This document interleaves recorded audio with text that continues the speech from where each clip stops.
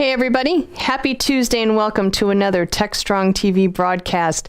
Today is May 31st. I'm Charlene O'Hanlon and we are back from our short hiatus. We're going to be going over to RSA next week, which I'm very, very excited about, but we've got a great show lined up for you today. We get things kicked off with a conversation between Alan Schimmel and Tim Tully, who is the partner over at Menlo Ventures. Tim and Alan talk about, I should say Tim is actually the former CTO of Splunk, and he's now over at Menlo Ventures. And he and Alan discuss why now is the perfect time for developers to launch their own startups. And as a developer himself, Tim has got a lot of insight into this particular topic and why he's passionate about the future of the next generation cloud, new data stack, and AI ML. This is a great conversation. Definitely some food for thought considering the economic environment that we're in these days. Now might be the time to make that big jump, guys. All right, after that, we have the Open Mainframe series. It is an ongoing series here on Techstrong TV, and in this one, we've got Alan and John Murtick, who is the co-host. He is joined by Rose Sakic from Broadcom and Jacob Balhar from Broadcom, as well as Bruce Armstrong from IBM. They're all part of the Project Zoe mainframe project that is it's a kind of an open source technology for development on the mainframe. And in this episode, they're talking about Zoe LTS version 2, which was released in May. It's got a lot of important updates for users and developers, and it is a great, lots of great additions to the technology. So in this series discussion, they talk about all of the different features in Zoe LTS version 2 and what it means for mainframes and for developers. Good stuff there. After that, we have our Something Old segment. This is from the recent Secure Software Summit, and it features James Chiappetta, who is the Senior Vice President of Cybersecurity over at Blackstone. He has a presentation titled, What Happens After You Shift Security Left? Talking about cybersecurity maturity coming from a continuous process focused on iteration rather than security revolutions.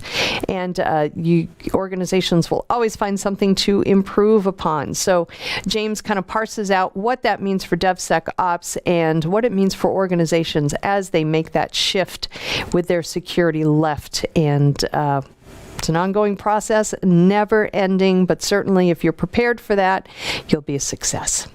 After that, I've got the news headlines for you, and then I have a great conversation with Kelly Albrink, who is the Application Security Practice Director over at Bishop Fox. Kelly and I talk about the very, very important topic of mentorship, and there are quite a few misconceptions when it comes to finding a security mentor specifically. So Kelly and I discuss some of those misconceptions, dispel some of those misconceptions, and discuss some ideas for developing a mentor-mentee relationship no matter what stage you are in your career. So it's a great conversation, and it's, if I didn't say it, I'm going to say it now. It is a topic that is near and dear to my heart. After that, I've got the webinars preview for you. And then Mitch Ashley comes on, and he is speaking with Lynn Marks, who is the Senior Product Manager of Online Fraud Protection over at Imperva. And they are discussing the results of a recent report from Imperva that talks about new trends in bots and the threats that bots pose to our data, the many forms of bots, and the impacts on users, the business, and the infrastructure. Lynn also shares some proactive security strategies to prevent and respond to bot attacks. So definitely a conversation you want to check out. After that, we have a double shot for you of The View with Vizard. In Mike Vizard's first conversation, he speaks with Tailscale CEO Avery Pennerun, and they discuss how to remotely access DevOps platforms securely. Interesting topic there. After that, he speaks with AutoRabbit CEO Meredith Bell, and they discuss why best DevSecOps practices need to be applied to applications built on the Salesforce platform. Salesforce platforms should not be exempt from DevSecOps practices, and Meredith and Mike discuss exactly why that needs to be. All right, it is a great lineup, and we are going to get things kicked off right after these commercial messages. ContainerJournal.com is the leading online destination for centralized computing-related content. ContainerJournal.com covers all aspects of software containers, from container management, data management for containers, container security, networking for containers, to the entire container ecosystem, Kubernetes, microservices, serverless, and more. ContainerJournal.com has the largest selection of container-related news, featuring breaking news, blog posts, podcasts, and more. Visit www.containerjournal.com to learn more. All right, welcome back, everybody. Kicking off today's Techstrong TV, we've got a conversation between Alan and Tim Tully, who is the partner over at Menlo's Ventures and the former Splunk CTO, and they discuss why now is the time for developers to launch their own startups. At least that's what Tim thinks. And as a developer himself, he talks about why he's passionate about the future of next generation cloud, new data stacks, and AI ML. Lots to unpack in this conversation, but totally worth checking out. So let's go ahead and roll it now. This is Digital Anarchist. Hey everyone, welcome back to Techstrong TV. I have what I think is going to be a really interesting interview for a lot of you folks out there. You know, one of the most common things we hear from our audience, which is a technical audience, is, you know, we'd like to be a VC. How do you get into the VC business? And in my mind, there's kind of two paths to the VC business. The path probably most traveled is that financial path, right? People with MBAs from Wharton or Brown or MIT, and they're quite frankly, it's not what I am. I don't want to use the term bean counters, but they're very financially, business school kind of folks. And then there's the entrepreneurial and technical path, which is probably a path less traveled, but my next guest is someone who's traveled that path. Let me introduce you to Tim Tully. Tim is with Menlo Ventures. Hey, Tim, welcome to Techstrong TV. Thanks for having me on the show. Thank you. It's a pleasure to have you. I hope I didn't embarrass you with that, but excuse me. And rather than me telling your story, why don't, if you don't mind, share with our audience a little bit of your life journey. Yeah, sure. So I'm a child of Silicon Valley, born in the 70s, sort of grew up with it, right? My parents were sort of programmers or in semiconductors in one way or another. So, seemed like that's what you sort of do.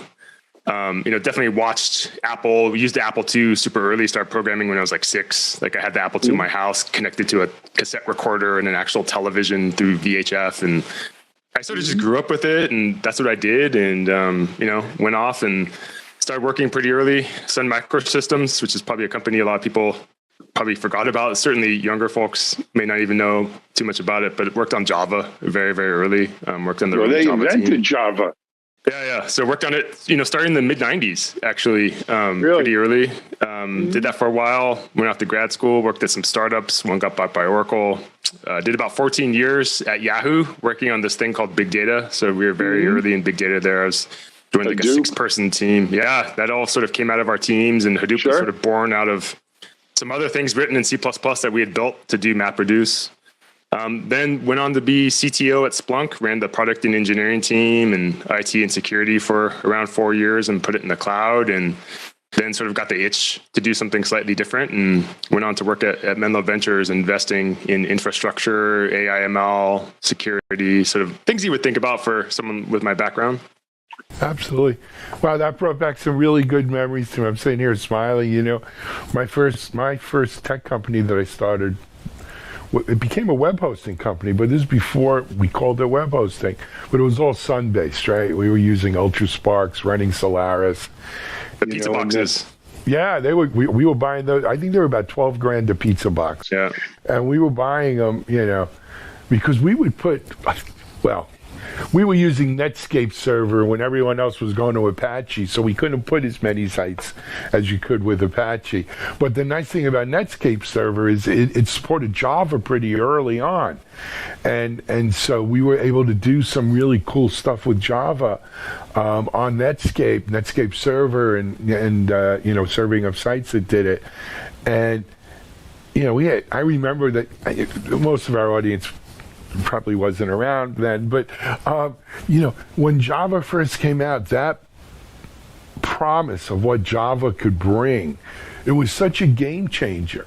Right, you had a company like Sun that probably, Silicon Graphics, Sun, amazing hardware at the time, right? The best hardware there was. But the software promise that Java brought, it was, this pre-cloud, all of this stuff.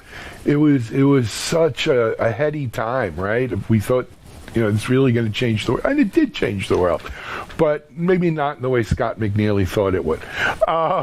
Right? And then, I remember the first time I saw Splunk. I saw a demo of Splunk at a conference. They had cool T-shirts then, right? They had the black T-shirts. They always said cool things on them. But we were talking offline about my friend Brad Feld and another friend of mine, Roger Bhargava. We've all done a bunch of companies together. I called them and said, hey, I just saw this company called Splunk that they collect anything. It's like their glue, and whatever you give it, it sticks to it. We should buy them really quickly before they get money.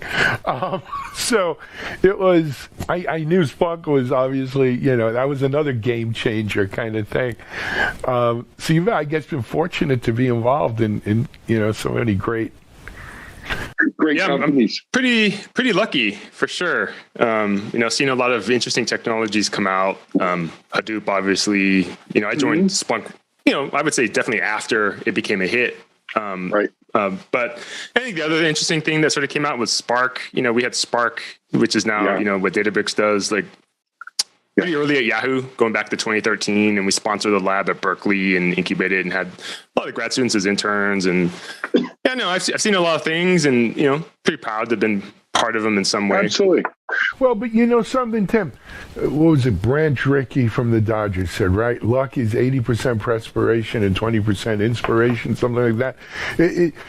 When people get lucky time after time and time again, it's not just luck. It's because you get smart people who are working hard. And so I'm sure that's part of the equation here with you is, it wasn't just that you were that lucky. It's that you were that smart and worked that hard. But it's a great story. Let's talk a little bit now about your role at Menlo and maybe some of the companies you're working on and kind of what gets you juiced.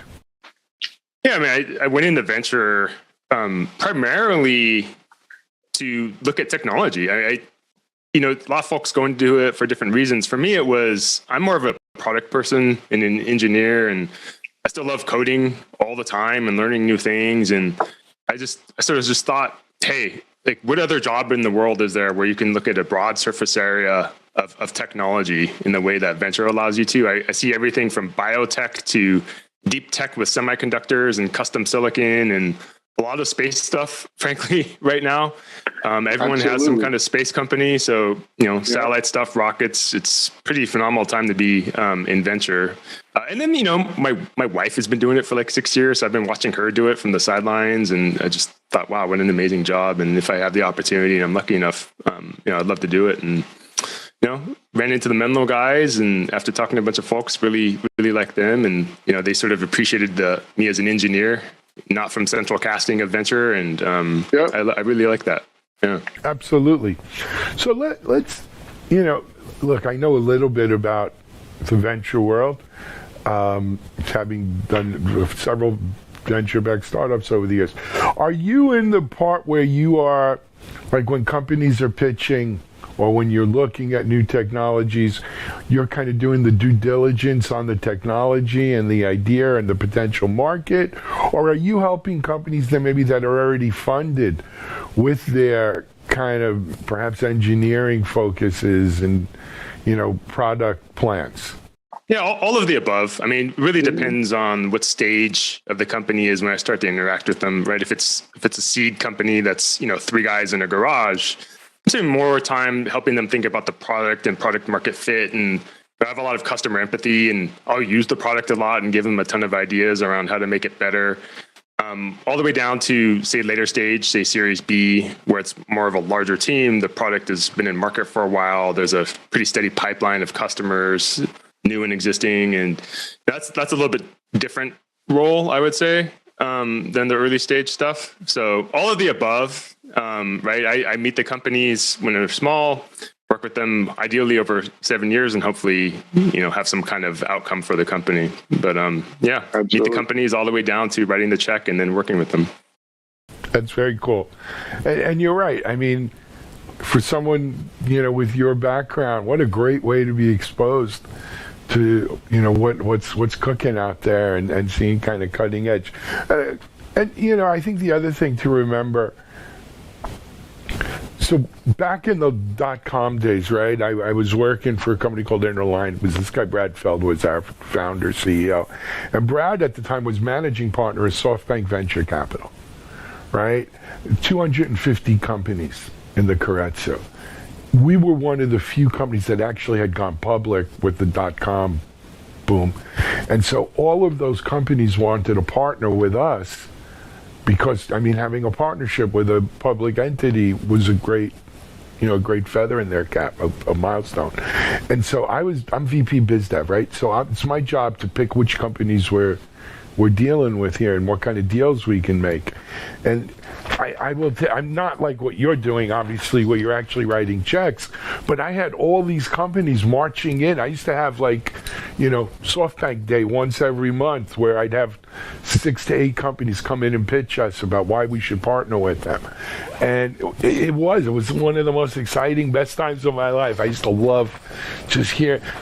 I'll tell you what else I love, though, too, and maybe you see this, Tim. In my mind, if a founder or a founding team is not jazzed enough about their company and their idea to think that in some way it's going to change the world, I don't want to partner with them. I don't want, in your case, maybe not invest with them. Yeah, I think that's spot on. Yeah, that's spot on. Mm-hmm. Absolutely. Oftentimes I'll even ask, why did you start this company? Yeah. Right. And it can't be that it's a nice-to-have thing, or I thought this would be cool. It's got to be that, man, this is going to make a difference. It's going to get us to the stars, right? It's going to cure something. It's going to do something. It's got to be world change. It doesn't have to change the course of civilization, but in some small way, it's got to change the world. Yeah. The reason I asked that primarily is sort of what you're alluding to, but it's also, I find that the media has, Scott Galloway calls it, I think, the fetishization of founders and startups, right? It's something to that effect. But I agree with them, right? Everyone wants to be a founder because it seems like such a glorious thing, and you become so popular, and the media loves you, and you're going to make billions of dollars. And those people are probably starting companies, I think, most of the time for the wrong reason, right? I want to meet founders who are trying to change the world in the way that you described, right? Because being a founder actually kind of sucks. It is, you can probably attest to this as well. It is not glorious, especially early on. It's hard, and you're probably taking way less money than you could if you worked at some FANG company. Yep. And you got to love what you're doing for many, many, many years, because you're not going to get acquired within 6 months. It's, to have an outcome and go public or get acquired, that's many years. And so, I just want to meet the people who are doing it for the right reasons, and they have a true passion and calling in the way that, you described. Absolutely. Look, I spend a lot of my time now, right, doing interviews with founders and startups and entrepreneurs. And I will tell you, we see companies that raised $100 million, or they're a unicorn or whatever. And what you don't realize is, these are 10-year overnight successes. They've got 7 to 10 years of banging until they got to that point. And quite frankly, if you add up per hour, right, the amount of hours that you put in over that period of time, there's some, I'm not going to deny, there's big payouts if you do real well at the end. But there's a lot of blood, sweat, and tears. I tell my friends this too, who ask me about startups. Whether you're successful or not, every startup you're going to get involved in, you leave some of your guts on the table, right? Yeah. Because if you didn't, then you didn't work hard enough, right? Working at a startup, man, means you put everything you got into it because it's war. Yeah, for sure. That's what it takes. If you don't have that attitude, stay home. Go work for someone, get a good job. When I asked that question, why did you start this company? It's a pretty, like you can tell viscerally from folks, and you can see it in their eyes why they're doing it. And you can feel it, especially if you're in the room. Yeah, especially if you're in room. It's palpable. But yeah, top of funnel for me is Zoom, right? That's not enough. Like I got to meet the person. I got to pound, I got to shake their hands and it just sort of get that feeling of why they're doing it and feel that passion. So how'd you make out during COVID then, not being able to really go see people in person? Well, my COVID life was sort of split between Splunk and doing the venture thing. Splunk was interesting because, managing an organization of a couple thousand people, that was challenging for sure because, I wasn't seeing anybody. So, I would do kind of interesting things like John Krasinski had the show called Some Good News for a while when things were pretty bad. And it was just 30 minutes of just like overwhelmingly positive stories. And so I borrowed that idea and created a video series for my team to help them feel connected. And so I would produce all the content myself. I was in Premiere Pro editing it. So it would have news from around the organization. And then I would put puzzles into it for the engineers. So I would do like a capture the flag sort of thing or something that takes them on the dark web. And then I would give away gift cards if they found the results. And it usually would ask questions about the content to force you to watch the show. Right. So the answer to some capture the flag thing was like, hey, what did this person do? That. How did they answer the question? So that kept people really engaged. And I think they really enjoyed that. And it showed that as a leader, I could keep the knife sharp and, it wasn't some suit. So that was my sort of main way to do it. On the venture side, it turns out that it actually, I think, accelerates venture. Like you can, I'm not getting in a car and driving from Starbucks to meet people, right? I can think of it as like a funnel where top of funnel is on Zoom. So I can meet, 10 companies a day if I wanted on Zoom for 40 minutes, let's say at a time. And prosecute a lot of deals that way. And then, if it's great over Zoom, then subsequently I'll try to meet them in person, ideally in the city or down here in the Valley. But yeah, it definitely, more throughput is sort of the answer, I would say. It's actually more efficient, I would say. Absolutely. Well, it does. It helps that top of funnel. It helps you qualify, right? And go from there. Tim, people watching out here, look, our audience they're geeky people, right? They're technical people, they're engineers and so forth. What advice would you give to these folks who are saying, I want to start a company, or maybe I want to get into the VC world? Yeah, I think, to start a company, what I would definitely do is spend a lot of time thinking about product market fit.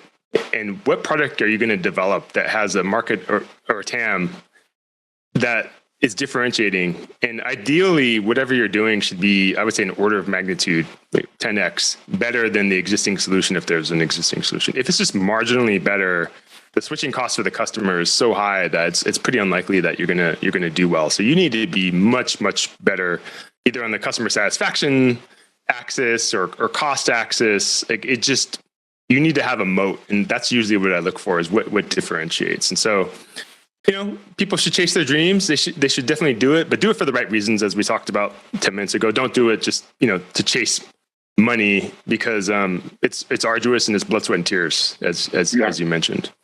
On the venture side, you talked about this a little bit earlier. It's not easy. There's not a ton of these jobs running around, although there is an interesting trend where there's more and more investors and more of these micro funds, and now we have SPVs. It makes it even easier to cut checks. But for the sort of larger, you say Menlo, Sequoia, these sort of larger firms that have billion-dollar funds, I think you hit the nail on the head earlier, right? Either you come from sort of the PE world or investment banker world, and you go over to like a growth team on the venture side. In the venture world. And then the other side of the house in venture is usually early stage venture stuff where, there's people like myself. There's definitely a trend towards hiring more ex-operators. That is 100% what's happening here. And I'm, one of these people, but you see folks like the ex-CFO, I believe, of Intel went to A16Z. And I think that's definitely the new trend here in venture. And so, you're probably I think it's a great trend. Yeah, you exited a company or, you did years at larger companies like myself and have made the sausage, and you can pass on the wisdom that you've gained over decades to founders. No doubt. And because I know I would sit at my board meetings and listen to the VC board members and think to myself, you know what, you've never done this. You've never been here, right? You sat there, you're telling me turning on marketing spigots, shutting off marketing spigots, hiring engineers. You know what it's like to hire an engineer? You know what it's like to go build up a sales force? But anyway, I digress. My own prejudices are coming out. Tim, unfortunately, I got to cut it short. I've got our next one to do here. But man, I want to thank you for coming on. I'd like to invite you back, though, because I'd like to hear some of the portfolio companies you're working with and kind of what you're doing around then. I'm going to have our team reach out to your folks and see if we can get some more time scheduled. Sounds great. All right. Tim Tully from Menlo Ventures here on Techstrong TV. We're going to take a break. We've got some more great content coming up, but we'll have Tim back on and we're going to talk about some of his portfolio stuff as well. We'll be right back.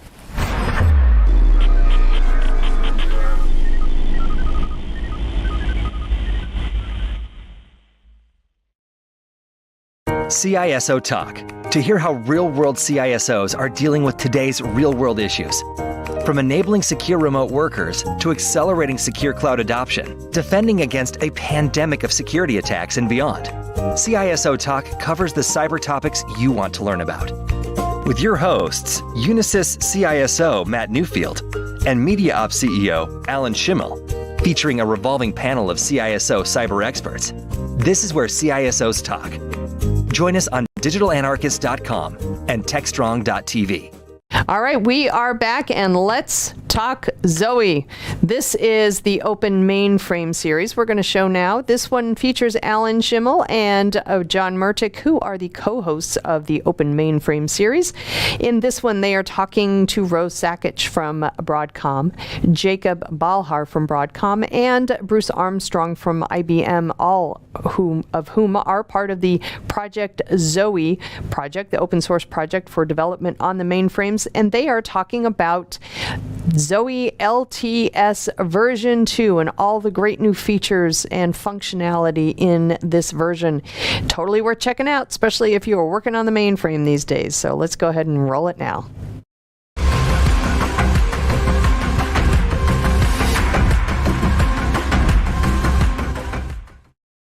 Hey everyone, welcome to another episode of the Open Mainframe. The Open Mainframe is a monthly video series co-produced by us here at Techstrong TV. I'm Alan Schimmel, by the way, CEO of Techstrong, and this is Techstrong TV. And our good friends at the Open Mainframe Project at the Linux Foundation, LF. And we do this show, as I mentioned, once a month. We explore various topics around mainframes and open source, DevOps, cloud native, everything that is relevant today in the mainframe world, programming languages, the job conditions, and all kinds of great, interesting stuff. For those who aren't familiar, the Open Mainframe Project is really sort of an umbrella project through Linux Foundation that houses, John will tell us, but it's 20-something actually different projects and initiatives. Many know the Open Mainframe Project for perhaps its biggest open source project that it manages, and that's the Zoe project. And that is the subject matter of today's session, or today's episode. It's Let's Talk Zoe LTS version 2. We're going to jump into it in just a moment, but first you got to know who's here. We have a great lineup of people actually to discuss this. So let me introduce you to our panel for today. Leading off is a first timer here on the Open Mainframe Project, but he's no stranger to those of us in the mainframe or the Open Mainframe Project world. He's Bruce Armstrong. Hey, Bruce, welcome. Hi, thanks. If you wouldn't mind, give a little, give us your background. Sure. In the Zoe Open community, I'm a member of the Zoe Advisory Council. I work closely with Jakob and Rose on the project. I have been with Zoe ever since we initially kicked off the project. Inside of IBM, I'm what's known as a product manager. So I work with various product teams on using this technology. So I'm looking forward to the discussion today. Absolutely. Well, it's great to have you here. Next up, Rose Sakech. Rose, why don't you introduce you? Rose has been on our show a couple of times, more than a couple of times. But nevertheless, Rose, give people a little bit of your background. Sure. Happy to do that. Happy to be here. I am currently the chair for the Zoe Advisory Council. That's the council that Bruce just mentioned. I'm also a member of the Technical Steering Committee for Zoe, and I lead the Zoe onboarding squad. So lots of involvement in various shapes and forms with Zoe. And I am a product manager at Broadcom, responsible for Brightside. Very good. Our last sort of rotating panel member is Jakob Balhar, and I hope I got the best I could do. I got it right? Thank you. Jakob, if you wouldn't mind, give us a little background. Well, so my main role within the Zoe is at the moment Zoe TSC, Technical Steering Committee Chair. So I'm responsible for everything that we do to some extent. Apart from that, I'm also joining the Zoe Advisory Council as a member, basically. And I'm a Zoe API/ML squad lead, which is kind of linked to my role within Broadcom, where I'm a product owner for the API mediation layer. And that's basically it. Okay, thank you, Jakob. Last but not least is my co-host, and he is the general manager of the Open Mainframe Project, John Murtek. John, go ahead. You got it. Thank you, Alan. I'm really thrilled to have this panel today. Zoe's one of 21 projects we host at the Open Mainframe Project all over the spectrum. But I think it's fair to say that Zoe is really the flagship project of the Open Mainframe Project. And really, even within the mainframe world, when things are thought of as open source, they're looking at Zoe as a model. And it's not even unique here. I think we even draw comparisons to Zoe to some even our larger projects here. So V2 is a huge milestone. Just like in any community, you hit a major release, it's a huge milestone. And it's going to be really exciting to talk to the panelists today and learn more about that. Yep. So, guys, I know we have a bunch of topics or questions that we want to jump on, but I feel like we really need to do a little foundation building. Right? We may have some people watching here who are new to the Open Mainframe Project, new to the Zoe project. So before we talk about what's special in version 2, LTS version 2, let's lay Zoe itself. Rose, you're the chairperson. I'm going to lean on you. Just a quick sort of, foundation about what Zoe's about. Gosh, Zoe. We think of Zoe V1, I guess, is open, simple, and familiar. And we'll tell you why that's relevant when we reference what we've done with V2.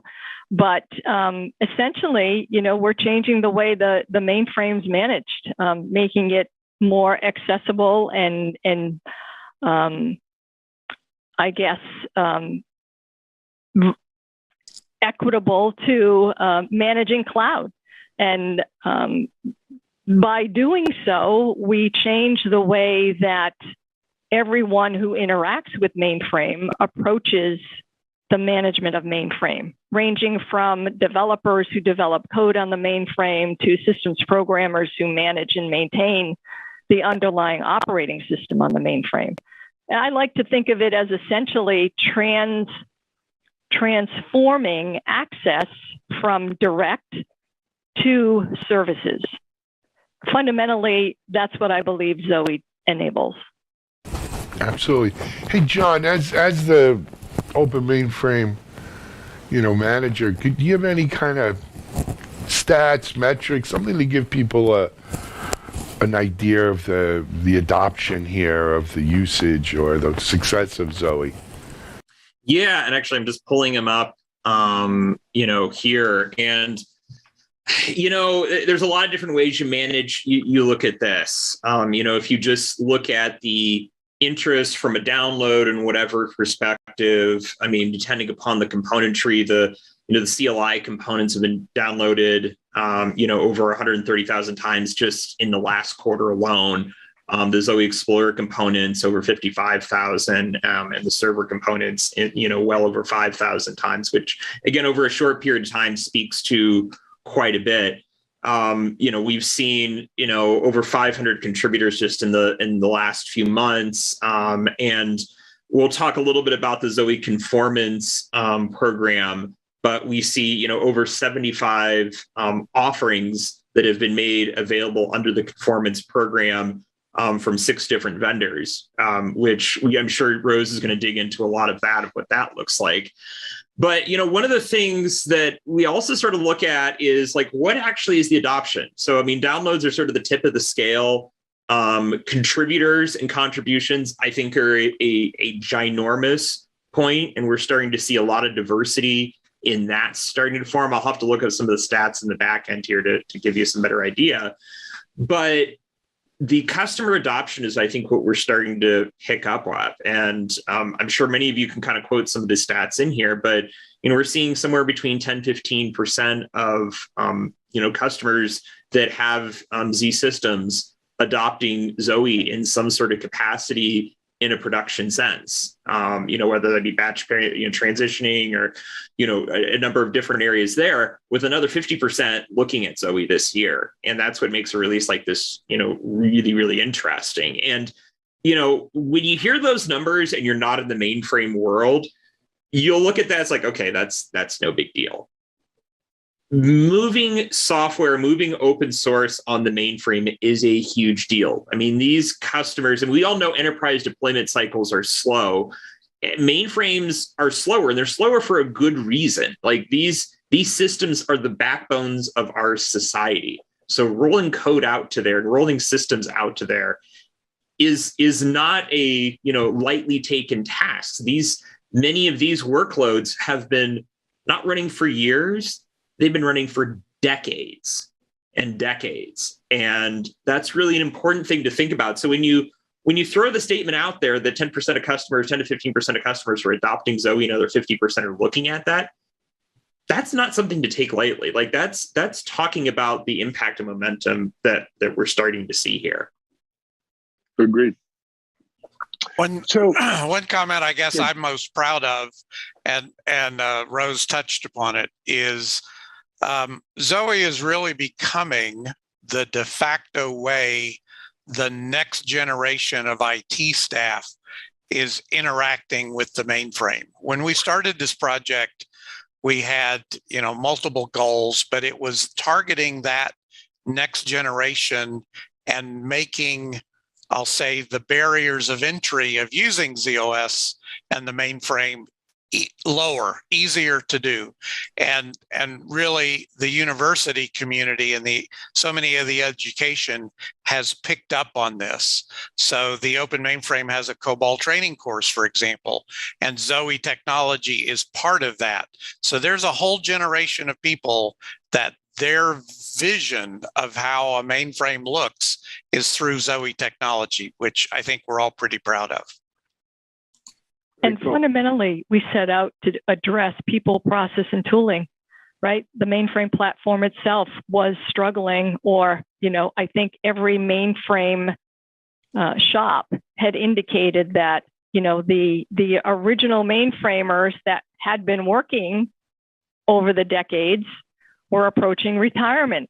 Everybody knows that story, right? And so this project fundamentally set out to address that, as well as other challenges that we all realized were associated with the platform. Yep. Hey, before we specifically jump here onto version 2, I should mention version 2 is Zoe LTS v2. What do we mean by LTS? What does LTS stand for? We'll jump in there. Like, it's a long-term support. I know that everyone in the mainframe community likes to hear these words because it means that it's stable, it's predictable, they can run it in production, and they will get the support for quite some time. Within the Zoe community, it means that you get support from the community itself for the 2 years within which is the release active. So it was the case for the V1 for the last 2 years. And then there is still a support. It's kind of like maintenance support where we will make sure that it's still secure for you to deploy it and run it. And that's going to last for another 2.5 years. So basically, when you start with us in the beginning of the new major version, what you get is a 4.5 years of support from community. The support providers, of course, can support it longer. And Jakob, that long-term support term, as I understand it, that's a very common term used in distributed open source models. And when we formed the TSC, and I guess that's maybe a year old now? Year and a half, yeah. Yeah, you've been leading that squad, that team, the whole time. I think you led us down the road to model ourselves after an existing plan, right? Release plan and cadence, and we're leveraging terms that should be well known to the open source community. I think it's the standard Linux model, right? That they do sort of you want to be on the fast lane and maybe have a little less stability, or do you want the longer release cycle that it promises more stability? All right, so let's jump into it. Version 2.0 or version 2. Why? I mean, in cloud native, right, with continuous release and continuous deployment and delivery and so forth, we almost, a lot of software projects have lost their versions, or their versions are arcane, 670, 6.7, build 12, or something like that. This is a real solid version 2. Why? And why now? So there are a few answers to this question, and I guess we will go through them as you will hear the different approaches from me, Bruce, and Rose. But from the distributed world, I think that the toolings like languages or operating systems that are running in data centers are more what Zoe is like. It's part of the infrastructure that's not provided as SaaS, but being deployed to the customers. And that's the reason why we are still having the major versions instead of just the rolling releases that you were talking about. And in general, why V2? Like, the answer is obvious, because we want V3 at some point in the future. Yeah, I guess my perspective on a major version like this is version 1 is about 2 years old, and to me, we're 2 years smarter in what it is we want to do for the community. So I view version 2 as we've learned some things over the last couple of years. We definitely value the input from the people using the technology, and like so many other things, right? After that experience, you kind of rethink and maybe change direction slightly, and that's what 2.0 represents. It's that 2 years of lessons learned. We have, I'll say, a slightly different vision on where we want to go in some areas, and we needed that 2.0 code base to take us on that journey. And let me just add to that. It's opportunistic, and it aligns with the release cadence that we agreed to follow when TSC was formed, right? By opportunistic, I also mean that, as with any open source project or with any product, there comes a time when the team needs to introduce changes that create incompatibilities. We call those breaking changes. It sounds horrible, and I think Bruce and Jakob are all looking for a better term, but there comes a time when we need to do that. And the model that we chose to follow guides us to do that at these version boundaries. So it was opportunistic for us to implement those quote unquote breaking changes as well. And transition, by the way, V1 to the predefined maintenance model that is assured to be lasting for 2.5 years. So it gives our traditional mainframers that feeling that, okay, V1's going to be around for a while, even though it's just going to be maintained and security patched, if you will. But V2 is where we want to be. I like to draw an analogy that this new version, I think of it as a new car model, right?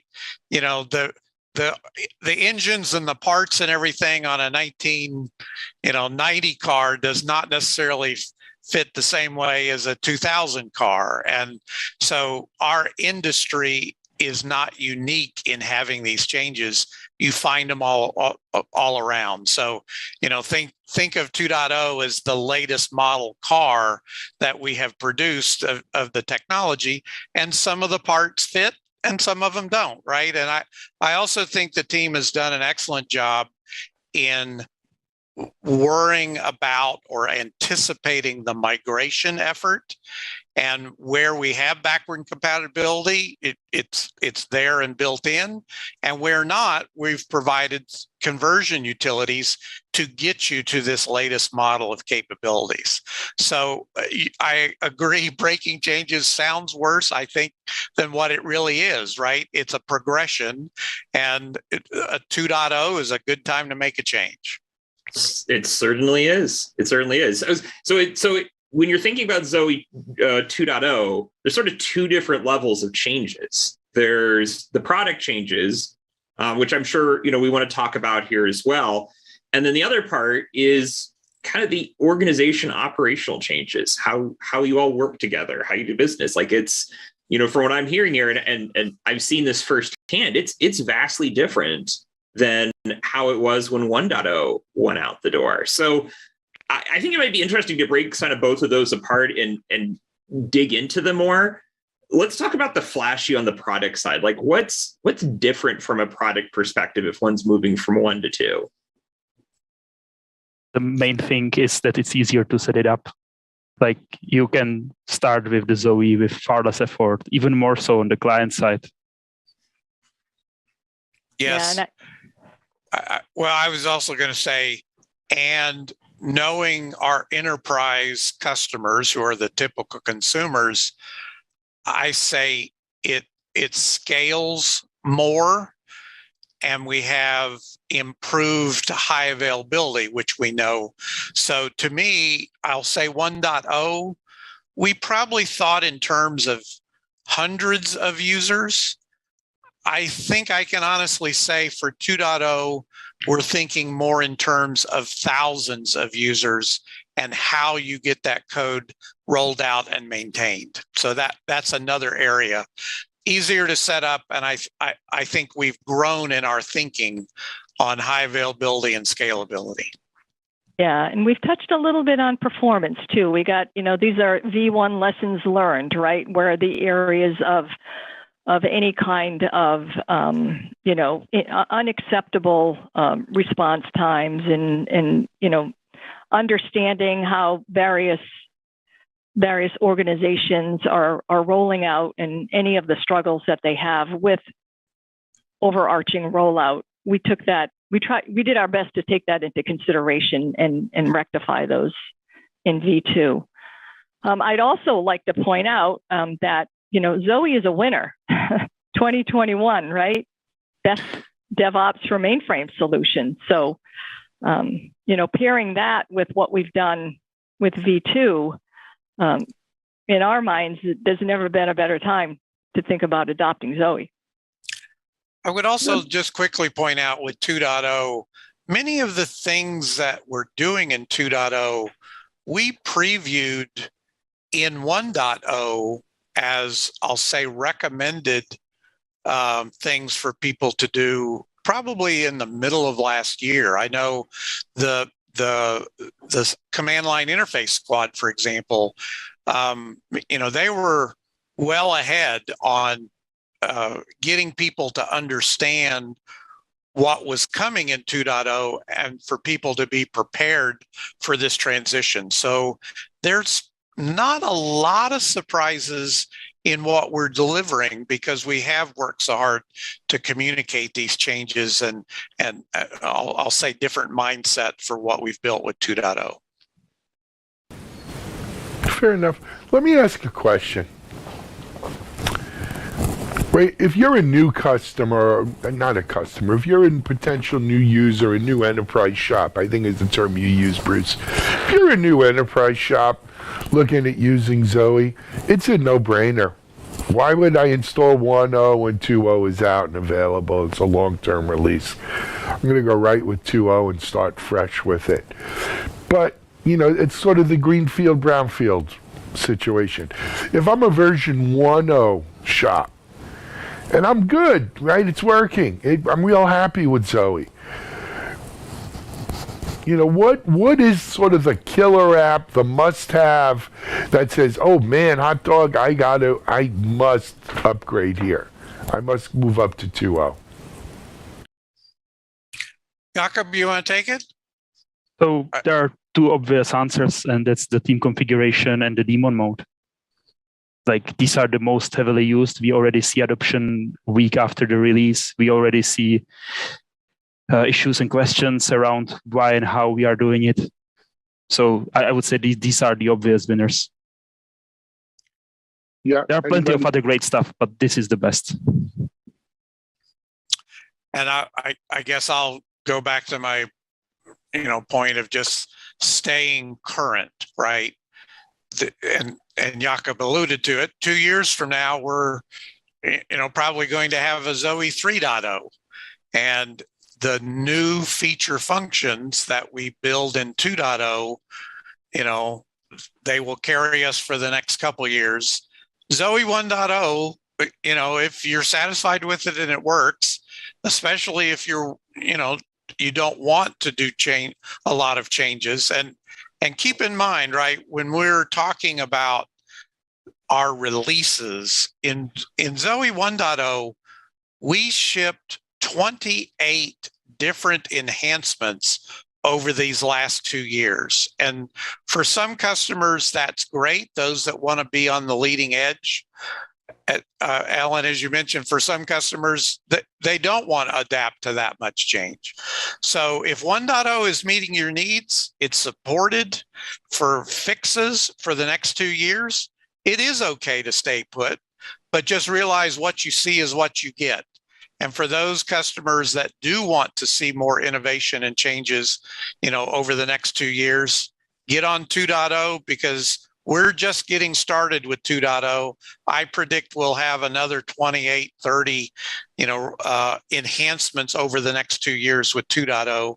And those of you that provide us input to what they want to see built, that is the most important things to us, is to get that feedback so that we can make 2.0 better on our way to 3.0. So we talked about a little bit of, I threw some numbers out there of Zoe adoption and, Zoe prospective adoption.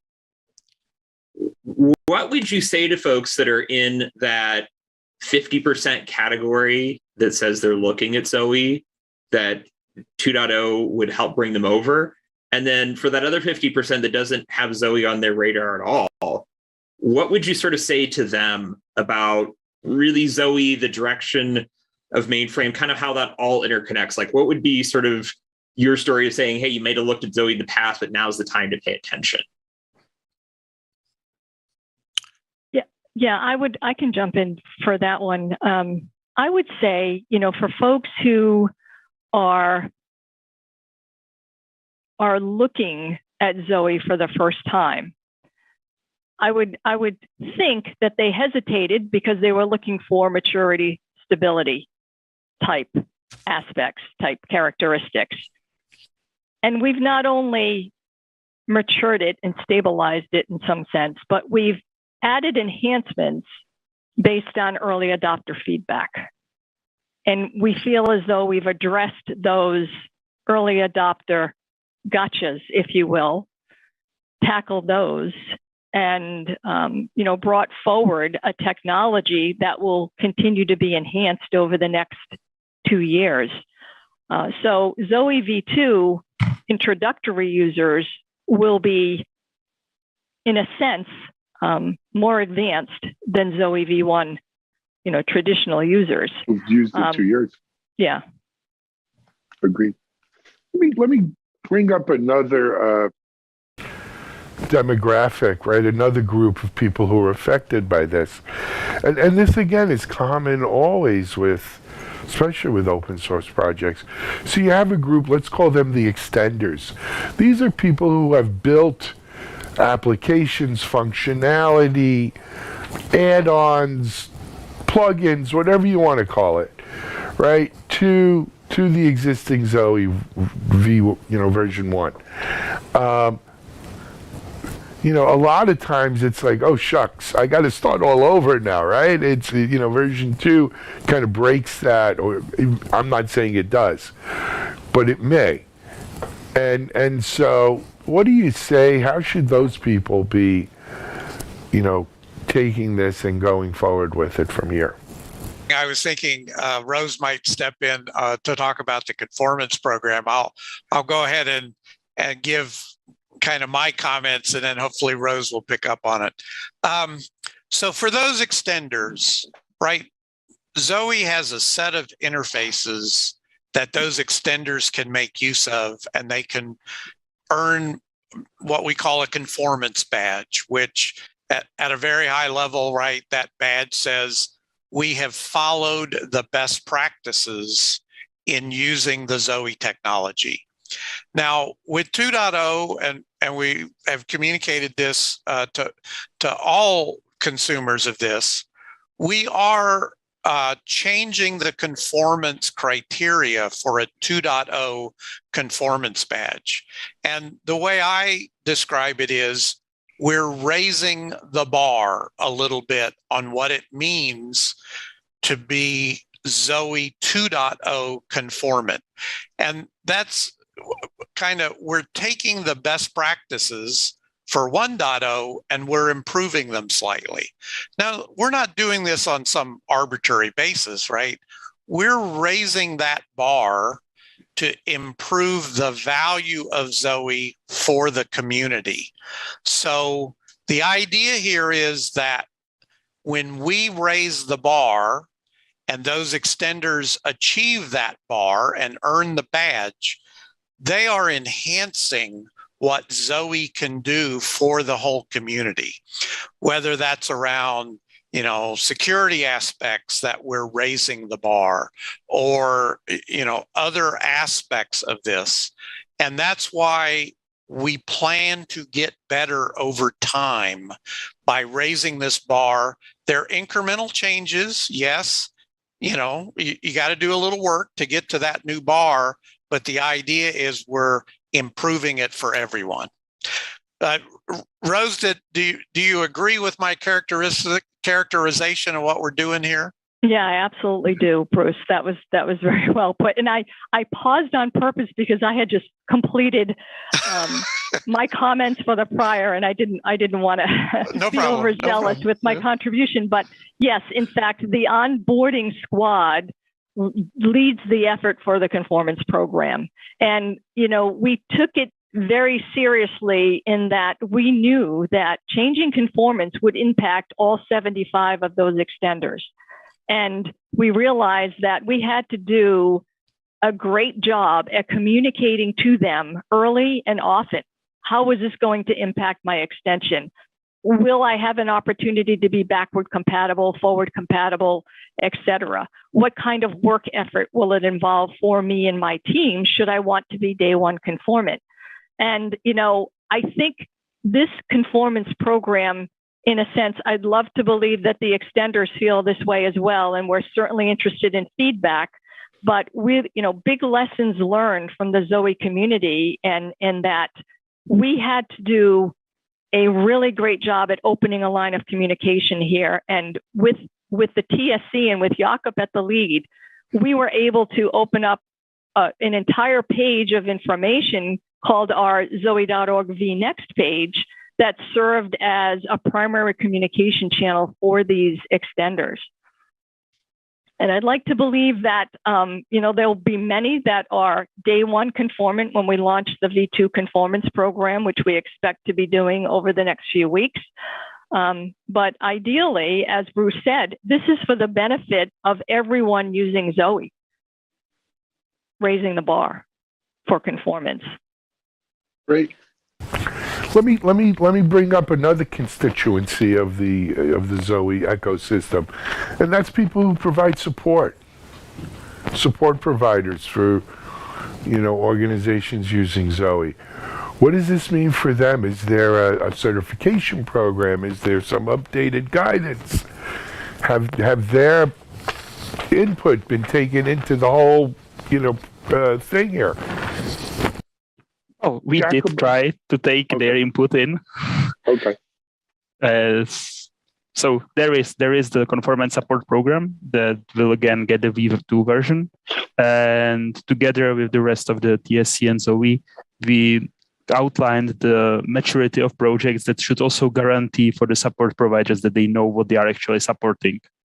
So I would say that one of the things that's coming as the V2 is out is that the support providers now very well know what do they need to do, what do they expect, and what's coming for them. Like, they are not kept in the dark. In the V1, there was lots more, like, let's say, instability and a bit uncertainty about what does it mean to support Zoe. Well, it worked for the two conformance providers that has the patch right now, because they were heavily involved with the community. But we would like to see others that are not so heavily involved. And for them, I guess that this change is what was necessary for them to even start thinking about being the support providers. And I think it's important to note that as far as support providers go, with V2, we didn't fundamentally change what we call the core. I think we refer to them as core components, but I think technically, Jakob, I think we call them modules within Zoe. I can't recall the terminology that we agreed to, but they fundamentally haven't changed. In other words, the components of Zoe that a support provider is obliged to support to earn the comprehensive support badge did not fundamentally change. That doesn't mean that it won't in the future. For example, we have several incubator projects that are expected to mature to GA and ultimately to LTS as well. That would be eventually included in with the support provider program. If we are successful, we may get twice the amount of key components in the V3 release. I also think 2.0 for support providers, it goes back to we're 2 years smarter after our experience with V1. And that also comes into how we do tracing, how we do logging, the quality of the messages that we generate, right? I can think of one of the ZOS components, there's a new command, ZWE, that the design of that command includes tracing and logging everything from day one.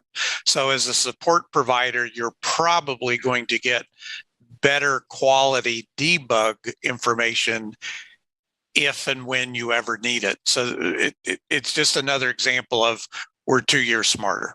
That's a great point, Bruce. I was talking logistically. You just made a great point, technically speaking. Right. Yep. Absolutely. Let's we have some time left. I want to so it sounds like you folks speaking on behalf of this kind of steering committees and so forth, that 2 years is the right cadence for new releases for Zoe. I mean, of course, doubting Thomas and me says why, but and beyond that, that is going forward. So we're already starting to plan version 3 2 years from now. It's just like the NFL draft was just 2 weeks ago. The day after the draft, they had early looks at the 2023 draft. I'm like, come on. But, so I don't want to do that. But let's start crystal balling what version 3 looks like. But first, let's answer the 2-year thing and nail that down. Also, one of the key things that will change by then is how you install all the extensions and conformant applications. At least on the server side, it should become very easy and probably similar to like what you expect from the marketplaces like VS Code or Kubernetes One or the NPM via CLI. So it should be far easier than it is now and more stable, and everybody will have a better understanding what's available out there. I think, Alan, part of what you're asking is, why the 2-year interval? I guess I've got another perspective on this, and I'm not sure people realize this, but there are parts of Zoe that include open source from other projects. So we embed technology, and we want Zoe to be supported, right? What the code we produce. But we're also sensitive to the fact that we are consuming code from other libraries, and we want that code to also be supported. So there's a bit of a domino effect. There's a lot of projects that seem to be on this 2-year cadence. So it just kind of felt right for what we wanted to do. And as we have all sorts of ideas on what we want to do with 2.0 over the next 2 years, right? We don't stand still, in that 2-year period. And much like in version 1, where we threw out some ideas and experimentation and got feedback, and then at the new version is when we solidified the plans. We're anticipating doing something similar in V2, and it will solidify in V3. So, we try to find the right balance between, innovation and change, right? We the mainframe are in competition with the cloud providers out there in some sense. So we're trying to find that balance between innovation, fast moving, and providing the stability that we know our customers want. Yeah, we believe that the model that we've adopted, the release model that Zoe has adopted, affords us the ability to have the best of both worlds. We are mainframers at heart. We want the predictability and we want the stability. And we found a way, it seems, and of course, time will prove this out, right? It seems as though that 2-year cadence is desirable and will achieve, the continuous delivery model with the LTS release that introduces new feature function, and the long-term version model that gives us that window of opportunity to introduce those changes that may cause a little bit of uncomfortability. So check with us in 2 years, and we'll see whether we've found the right balance. Absolutely. That's always the pundit thing, right? No one remembers in December the predictions you made in January. Excuse me. Guys, we're almost out of time. I have one other kind of comment, question I'm interested in your thoughts on. Look, mainframes have been around a bit, right? And a lot of companies who develop mainframe software have been very profitable, including Broadcom, including IBM. The idea of a uber successful open source project, right, for the mainframe is well, especially when Zoe first came out, right? It was pretty, dare I say, radical, right? But yet it's succeeded beyond many people's hopes and dreams.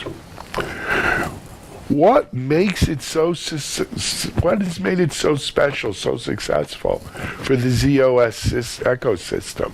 Was this just a community crying for help, right? Did the commercial software just not fill the gaps that Zoe's filling? What do you think it is? I can tell you, Alan, that I believe that this is, what was communicated when Zoe was introduced was that all of the mainframe vendors realized that we needed to solve a fundamental problem with the platform. And the fundamental problem was not something that a single vendor should or could do alone. It was the perfect opportunity to introduce mainframe to open source, my opinion. Right place, right time. Yeah. Go ahead, Jakob. And on top of that, it's what every developer out there sees in the wild. So if we want to attract anyone from the distributed community, if we want to integrate with them, if we want to work better with the distributed community somewhat, then we just need to learn the lessons that open source taught them. And based on this, adapt. It's not just about the software itself. It's about the model. It's about building the trust between the vendors that are different, that has different needs and wants. And it's about figuring out how to build a community that actually cares. And that cares not just for the customers that are paying us, but for the overall good of the whole platform. And I think that's what Zoe is doing. Alan, 2 quick comments. So before Zoe existed, I won't go into the long version of the story. I'll try to net it out, right? We as independent vendors went to a customer and disclosed to this customer separately, right? We disclosed what we were doing for our vision of modernizing the mainframe. And this customer came back to us and said, I like what each of you are doing. No one of you has all the answers. You need to figure out a way to work together. And that was, to me, the executives between our various companies. That's what got the conversation started. It was the partnership with the Open Mainframe Project because we needed their guidance on how to do this in an open and fair way. So that to me is how Zoe kind of came about. To me, the other point I'll make is, and it's part of what Jakob is saying, I was in a meeting with a consumer of our technology, and we talk about which companies were the initial contributors or whatever, and Mike Bauer, who leads the command line interface team, was on the call with me, and we explained to the consumer, when we are talking about Zoe, we check our vendor kind of biases at the door because we're doing exactly what Jakob said. This is for the good of the platform and the good of the ecosystem. And that's part of what makes this project unique. Guys, I got to pull the plug because we're overtime, but that was a great way to end it, Bruce. Jakob, Rose, Bruce, thanks for joining John and I. This was a great edition of the Open Mainframe. We'll be back next month with another one. And then in June, we are at the Open Source Summit in Austin. And we'll be doing some Open Mainframe coverage there as well. That open with the Linux Foundation Open Source Summit in Austin, I should mention. Guys, thank you all, and Gal, thank you all for joining us. This is Alan Schimmel for the Open Mainframe, Techstrong. We'll see you soon. Bye-bye.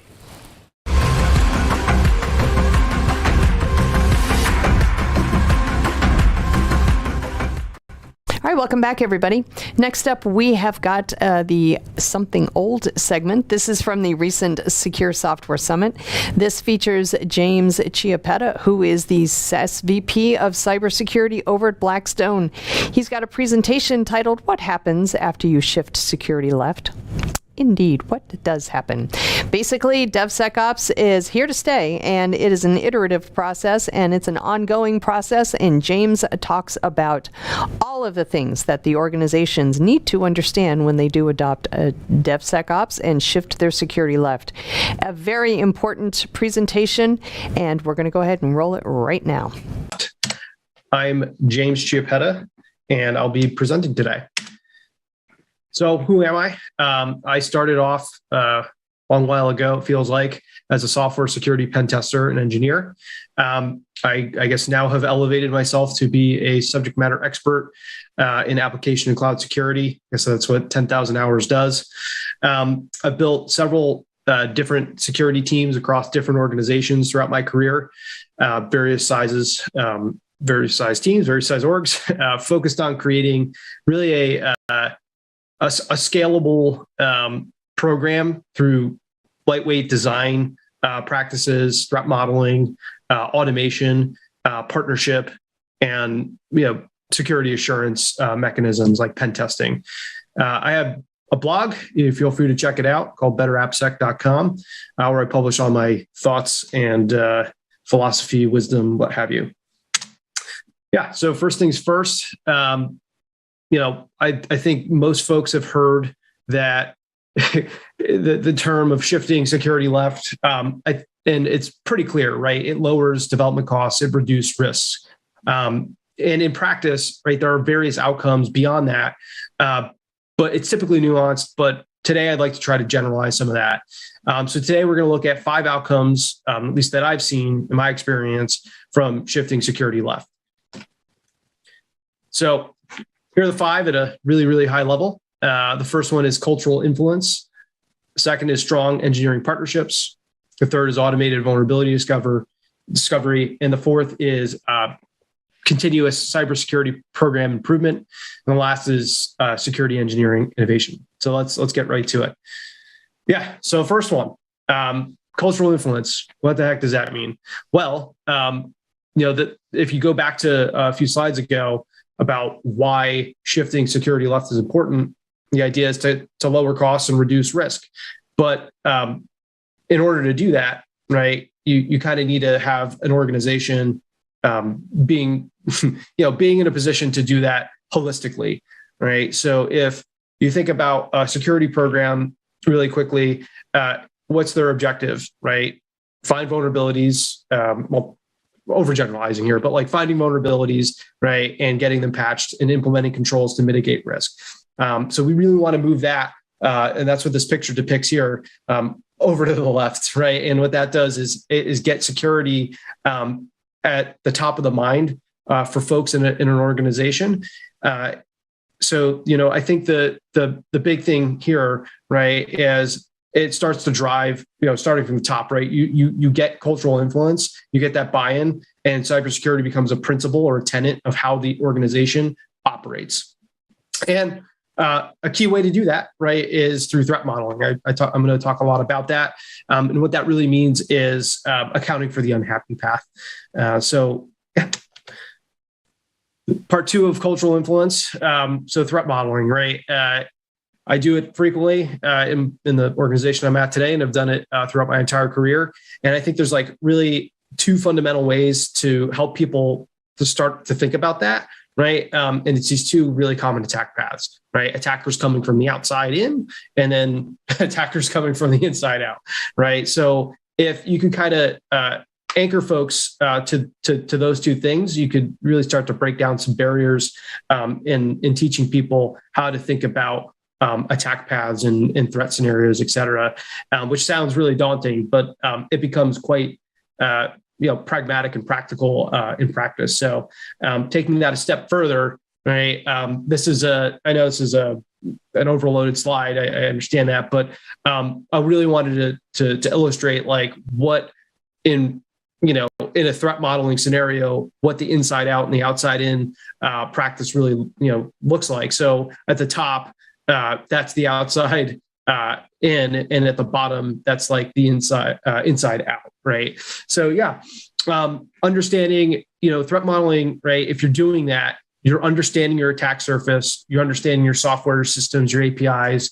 You're really kind of highlighting where the various pieces of your infrastructure sit and your software sit, how they communicate with one another, expected flow over them. And those are in threat modeling speak called trust boundaries. But really the thing here is you want to break down this barrier of getting people to think this way and provide structure and format so people could take away actions. Like, what are they going to go do? Right. And those actions are security requirements. And I come up with a formula down here where you take your assets plus your threats and your mitigations, and that equals your requirement. So like, what are your assets? What threats in those threat scenarios you're accounting for, plus the controls you want to put in place, start to drive a vernacular around how we want to control risk in an environment. So that's that. Let me just pop back real quick. There's one quick thing I really wanted to say about this, right?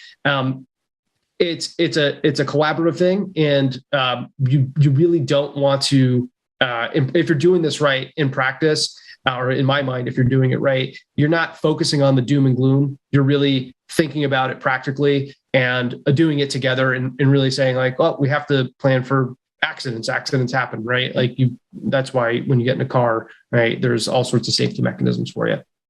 All right. So transitioning over to outcome 2, strong engineering partnerships. You can't really, at least in my experience, get to that threat modeling piece. Sure, you could do it in a vacuum, but the outcomes aren't as good when you're not working with the product and the engineering teams to get the context, the business context, right? So, focusing in on the picture real quick, there are effectively 3 generalized areas of application security here that I'm illustrating, and the one on the left is the one we're in focus here. So the outcome of you get partnerships, right? So approaching people saying, "Hey, I want you to have security accounted for before you build."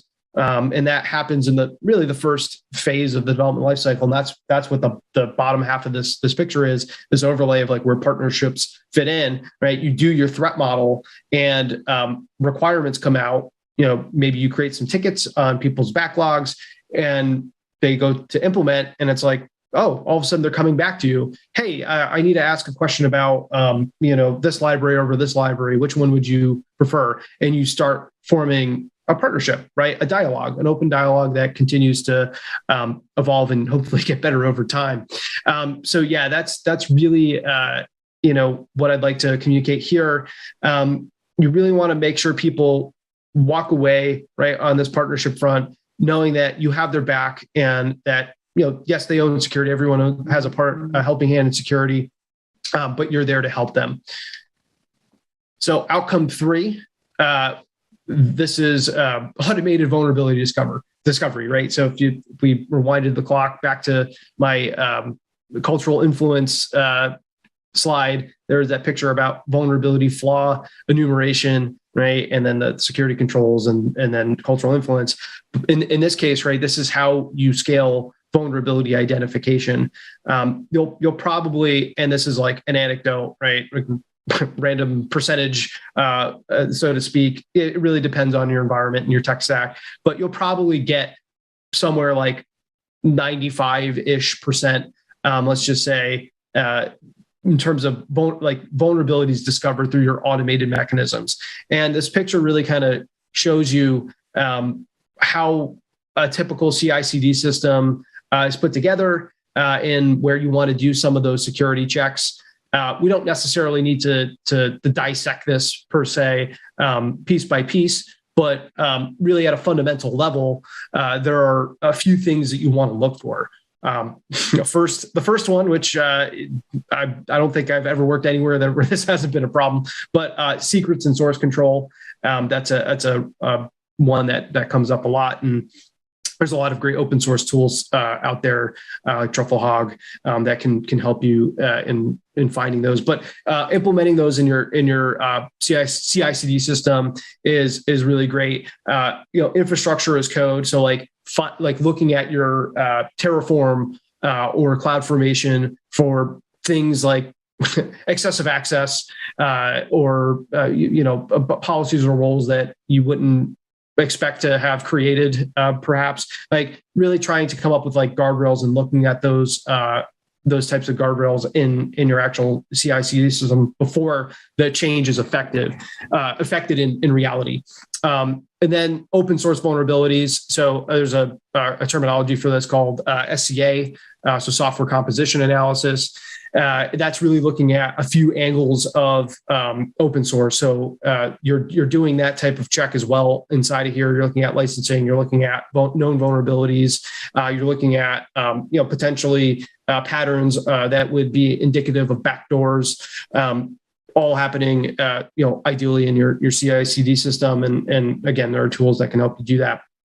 Deprecated functions. So like this falls under like standard linting. You're looking for things that, hey, you shouldn't be using this function that's been a deprecated authorization function. That's something you could also implement.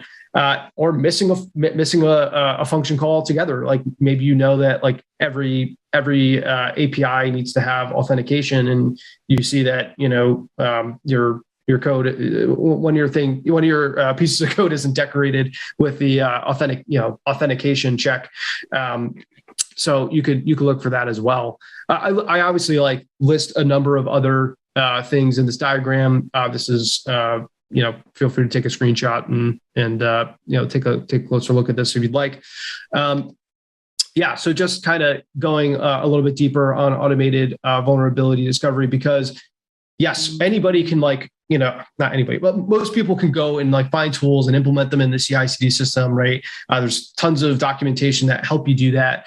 But where the rubber meets the road, right, is providing really actionable, timely feedback to developers as code is merged, right? Or even before that. So there's really two approaches to this. There's high signal, low noise, and low noise, high signal.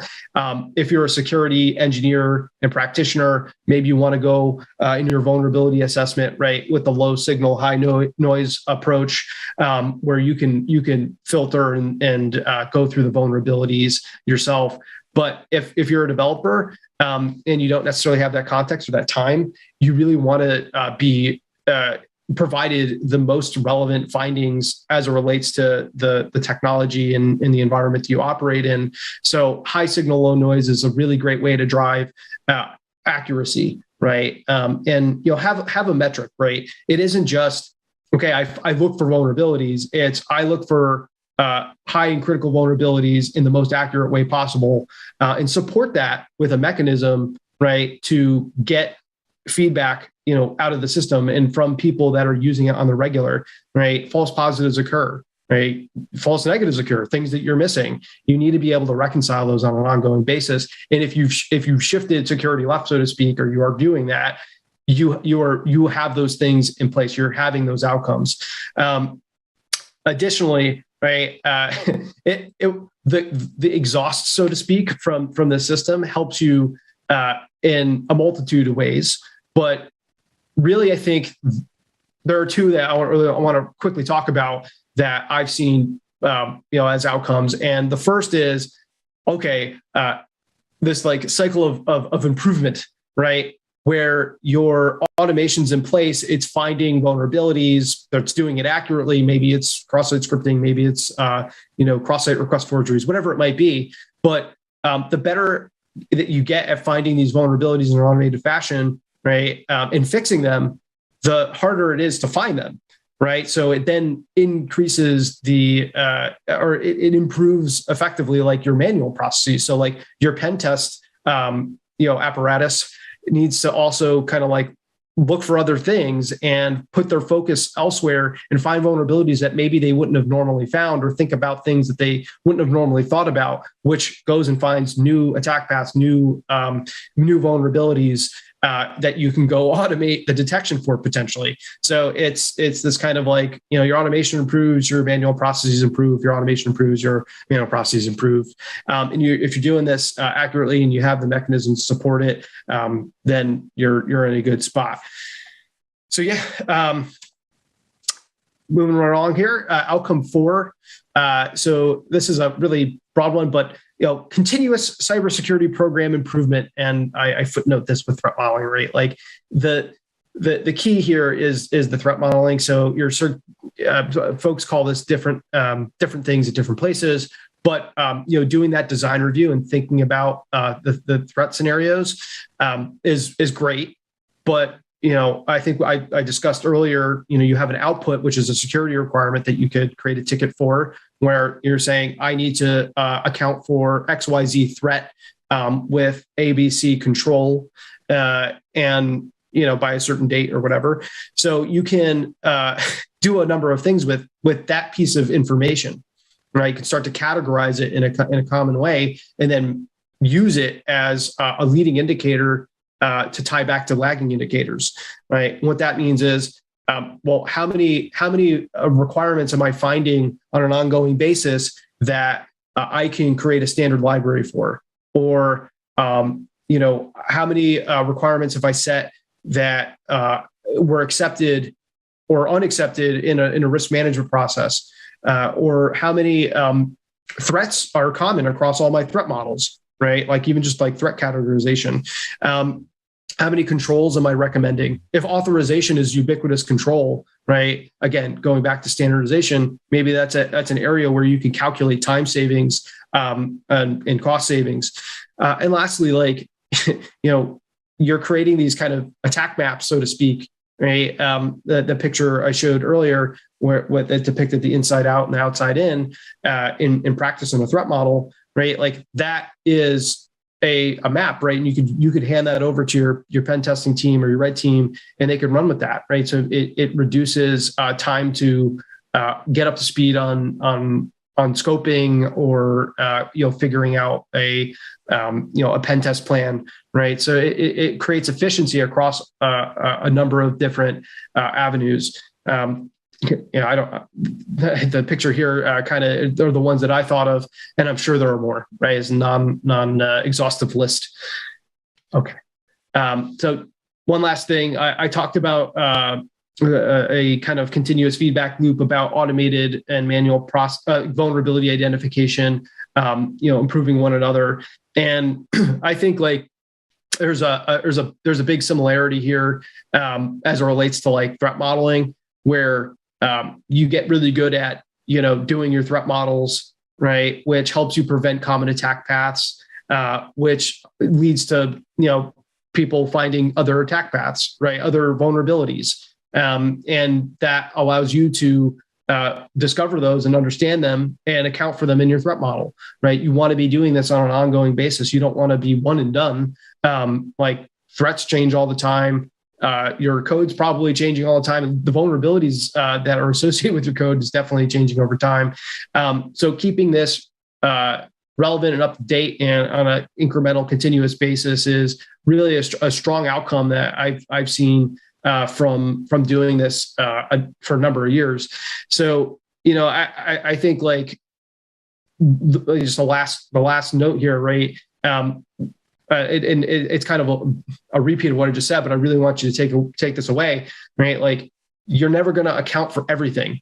And it's kind of a journey to get everything that you can possibly enumerated. So keep working on it. One of the techniques I've seen work really well around like, you can't possibly do this for everything in an organization. So like, coming up with criticality ratings for your assets is important. So that allows you to, be able to know when to revisit something if it hasn't changed. But if you're shifting left and you're having strong partnerships, you'll be doing this on an ongoing basis, right, with your partners as they continue to develop.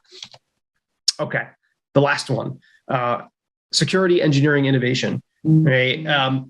I think what this really means to me, right, is removing like, or at least like keep like earmarking a piece of time in somebody's agenda, so to speak, for a sprint or a couple of weeks or whatever it might be, to think about the systems and everything that's going on holistically, right? You have very smart engineers working on your team. They're very much in demand, right? You want to keep them. You want to keep them engaged. You don't want to give them too much operational work, operational churn. If you have too much operational work, you need to start considering alternatives, right? Do you need to build an operations team? Do you need to, get better at documentation, right? So that they can focus on the bigger picture. I quoted Sir Richard Branson here. I'll say it aloud. Complexity is your enemy. Any fool can make something complicated. It's hard to make something simple, right? And to me, that resonated. If you think about security controls in general, there's an inverse relationship between security and usability, right? Like you could have everything open, and that's very usable, or you could have everything closed and then it's not usable at all, right? So if you think about even just the network firewall for a moment, it's got a whole bunch of filtering rules, right? IP restrictions or whatever it might be, ports, protocols. And with every exception in that list is complexity you have to keep track of, right? So, thinking about your controls, thinking about your systems, someone needs to do that, and your security engineers are best suited to do it, right? And I give a few other examples here too, right? How do you detect hard to detect things, broken access control, right? How do you detect or eliminate complete vulnerability classes, right? Maybe it's possible. I'm not sure. At least you could try to at least severely reduce them in your environment and keep track of it. So these are questions that a team could potentially answer over time, but you really need to allocate the time to do that, right? So give your capable security engineers time to innovate. And giving your engineers time to innovate could really be a gift. And I think one of the interesting things, other than a lot of, I've seen just like anecdotally, a lot of great security folks go and do their own thing, build their own security product, right? Maybe they could have done that internally at a company. So I really think that this is a time, this is the place, right, for security leadership to really be thinking about how they could get the most out of their employees, and really create a safe environment to do so. Right, they have to have that time allocated, and you as a leader need to make sure that they could do it safely. Give them the room to take risk, remove obstacles from their way. And I have a quote down here from Simon Sinek, who's a leadership writer. He said, "When we create an environment where people feel like they belong, we create circles of safety, collaboration, trust, and innovation thrives." And I thought that was really, a really great quote to tie into this. Takeaways from this talk. What are you going to walk away from? So I hope you can walk away from this talk with at least this one thing, right? You cannot. I mean, maybe you can. I don't know. There are things outside of this universe that escape me, right? And my knowledge, but as far as I know, you can't shift any further left than the human brain, right? If you get people actively thinking about security before they go and build or develop or create something new, that's the right time to do it, right? And if you've got them doing that, I don't want to say you've completely won. You haven't completely won, but you've accomplished something that's very hard to accomplish, right? That cultural influence, being able to say, we design with security in mind, right? That secure by design principle. And if your organization can operate that in that way, you're going to have a really strong outcome, right? And threat modeling is core to that. It always has been for me in my experience, and I've seen some really great collaboration on all sorts of different scenarios. Well, I know this piece or that piece. Turning it into a game. There's a lot of great ways to make this engaging and fun, and it helps people build the muscle memory, right? So that when they are going to do something new, that security is top of mind. So, and the last thing here, right? There's been some situations in my career where it felt a little bit like us versus them, right? We're not on the same page as it relates to like building infrastructure and doing that with security. It's like, I need to build my infrastructure, security needs to get out of the way, or product or software, whatever, insert your technology thing of choice here. But I'll leave this at this last bullet here. It should never be like us versus them. It should be a trusting partnership where there's push and pull, but everyone's on the same page, right? We're all working together on it. Takeaway number 2, and of 4, FYI. So use threat modeling outputs to help mature your cybersecurity program as a whole. Again, right? Like, you can and you should have a standard format to document your requirements. Again, tying other processes back to them to build those KPIs, right? We avoided a risk, right? And it could have been a realized risk because we saw attacks in from a certain vulnerability class, but because we had this control, we implemented it. We avoided catastrophe or whatever, right? You could start to do that, right, and paint that picture for the business, and you can get better at alerting and detecting things as well, right? I think like some of the best, at least. Yeah, most definitely the in terms of security relationships inside of security teams, like building a really good relationship with like my incident response and detection management teams has always been something that I've strived to do, because we're thinking about the unhappy paths, and they are too, and doing that together. Like I forget who this is from, but like 1 + 1 = 3. You can really have a great outcome. So number 3, you can eliminate vulnerability classes or at least severely reduce them. I said that earlier, and it's because of that continuous cycle of threat modeling and closing down potential attack paths, and really, if you have the threat modeling down, the automation down, the testing and the manual processes down, where you're doing all of that as early as possible in looking at the running environment. Like basically everything that happens in the running environment, if you've missed something, becomes essentially an incident, right? Like it isn't like, oh, I didn't know about that, right? Maybe you didn't, maybe you did, but you at least have a way to feed that back into the ecosystem as a whole. Oh wow, we missed that. Like there was some attack here, or there was some incident here that could have bit us or whatever. And now you have a way to account for that because you're already threat modeling. You already have all of the other mechanisms in place to keep track of all of this data, essentially. So, really, I think that the last note here, right?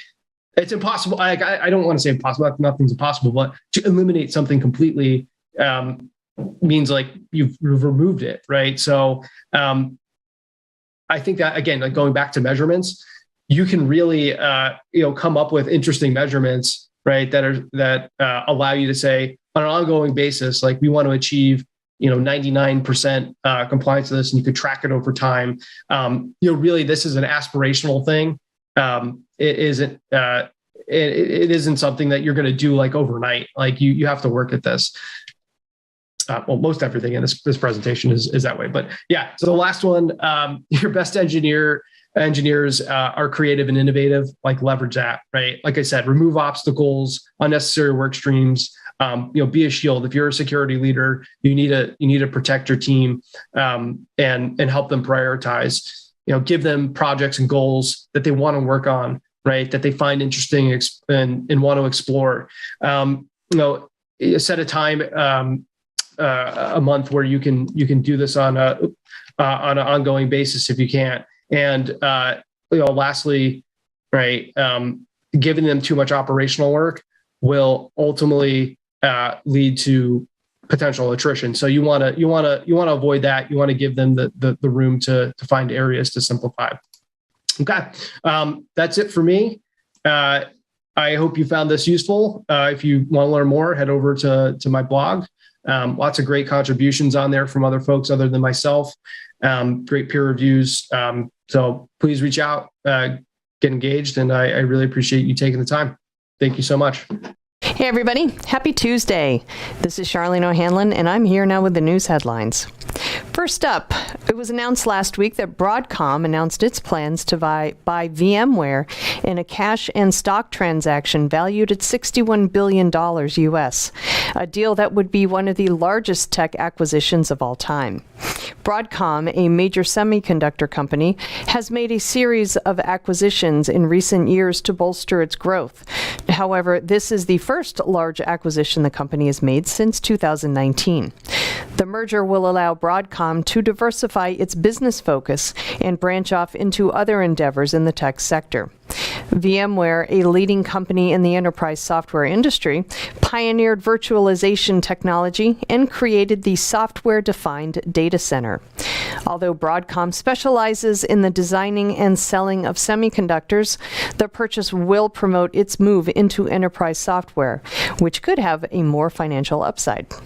Broadcom also reported that fiscal second quarter earnings exceeded expectations, and it predicted the momentum to roll into the third quarter. Speaking on the deal, Broadcom CEO Hock Tan said the company had the capacity to do a good-sized acquisition.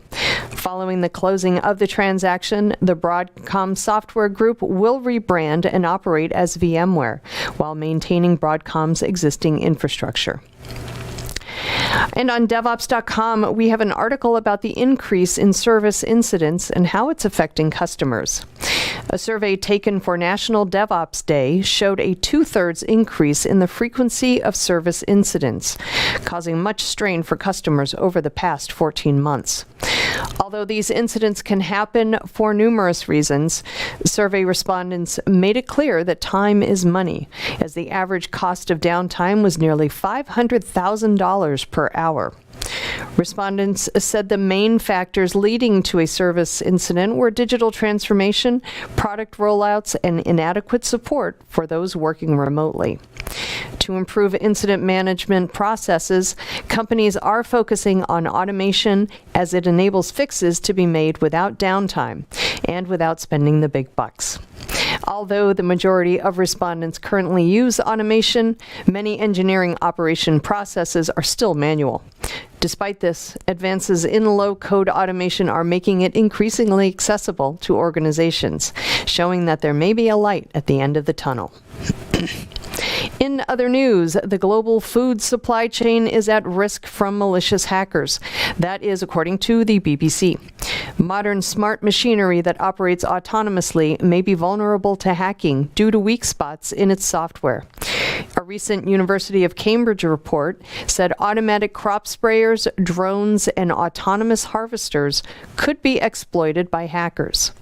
Agricultural manufacturing giant John Deere says it is now working to resolve any issues with its software. Along with hackers having the ability to take over machines from anywhere in the world, a cyber attack could expose customer data. Last year, JBS, one of the world's largest meat processing companies, paid $11 million in ransom because of a cyber attack. This month, AGCO, a leading U.S. agricultural firm, was hit by a similar ransomware attack that affected production. Industry experts caution that a cyber attack in the agricultural sector could lead to empty shelves, similar to the supply chain effects seen with COVID. With global cybersecurity concerns on the rise, the FBI and UK government have issued warnings that stress the importance of being ready for any cyber attack that may come. Another hot topic is Microsoft's cloud practices in Europe that were deemed anti-competitive. In response to these antitrust practices, a coalition of more than 50 tech firms and nonprofit organizations is speaking out against Microsoft. For years, there have been complaints about Microsoft's tendency to bundle new features into products that directly compete with startups. With Microsoft's sheer size and power in the tech industry, this posed a threat to smaller companies' ability to compete. As a result, Microsoft is taking meaningful action on the complaints by adopting 5 pledges that will reshape how it conducts business in Europe. In its remedial plans, Microsoft plans to undo its restrictive cloud licensing policies, which made running its software more expensive on its competitors' clouds. The initiative also includes better support for European cloud providers through the induction of a new program called Microsoft Cloud Solution Provider. This agreement will allow smaller companies to more effectively conduct business, and it will allow European cloud providers to more easily host a variety of Microsoft products on their infrastructure. Another major tech company making headlines is IBM, which recently announced it will be expanding its free cybersecurity expert services. IBM's offer will provide cybersecurity assistance for K-12 schools on a global scale, servicing schools in Brazil, Costa Rica, Ireland, and the United Arab Emirates. Through $5 million in grants, IBM teams will audit cyber defenses and create plans to respond to breaches and ransomware attacks. IBM also plans to train staff, students, and parents to more effectively respond to cyber attacks. Over the past year, educational institutions have been a target for ransomware attacks. Most recently, a cyber attack forced Lincoln University of Illinois to close its doors. With the introduction of this new program, IBM will try to prevent such attacks and formulate response strategies that control the damage when they do occur. And finally, U.S. car giant General Motors was hit by a cyber attack exposing car owners' personal information. After detecting malicious login activity, General Motors discovered that hackers exposed customer information and redeemed customers' reward points for gift cards. The attack has been classified as a credential stuffing attack, in which credentials obtained from a previous data breach on one service are used to log into an unrelated service. Through diligent investigation of the attack, GM has determined that the credentials obtained by hackers were gained through non-GM sites. The personal information obtained by hackers includes first and last names, personal email addresses, home addresses, last known locations, favorite location, and emergency contacts. GM advised those affected to reset their passwords, request credit reports from their banks, and potentially place a security freeze on their accounts. All right, that's it for the headlines for today. I'll be back on Thursday with a brand new batch for you. Until then, I hope everybody has a great day, and please, whatever you do, stay safe. This is Digital Anarchist. Hey, everybody. Welcome back to Techstrong TV. I'm Charlene O'Hanlon, and I'm here now with Kelly Albrink, who is the Application Security Practice Director over at Bishop Fox. Kelly, thank you so much for taking a couple of minutes and having a conversation with me. I do appreciate it. Thanks, Charlene. I have had some of your cohorts from Bishop Fox on in the past, and I've enjoyed every single one of the conversations that I've had with them. And I'm sure that this conversation will be very, very well received as well. I want to talk to you today about cybersecurity mentorship, because it is such an important topic these days. Mentoring in general, I think, is such an important thing that organizations don't really give enough consideration to, because of the value that it does bring to employees, really no matter where they are in their career. So, and in cybersecurity, really, why not do mentoring? Because it just seems like it would be such a great thing for an organization, not only in attracting, but also in retaining the right kind of talent. So what are you guys seeing over at Bishop Fox? Yeah, I think mentoring is super important, especially right now when the labor market is so competitive. We often can't find talented senior people. And so the only real way to get the skills that we need is to build them up, and mentoring is super important to us for that.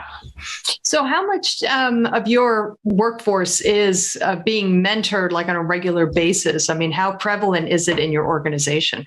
So we actually have a formal mentor program that we run several times a year at Bishop Fox. And we started it last year. And basically the way it works is every 3 to 5 months, we kind of open up a new round of matching where we pair junior and senior people together to study in a particular area or grow a particular skill.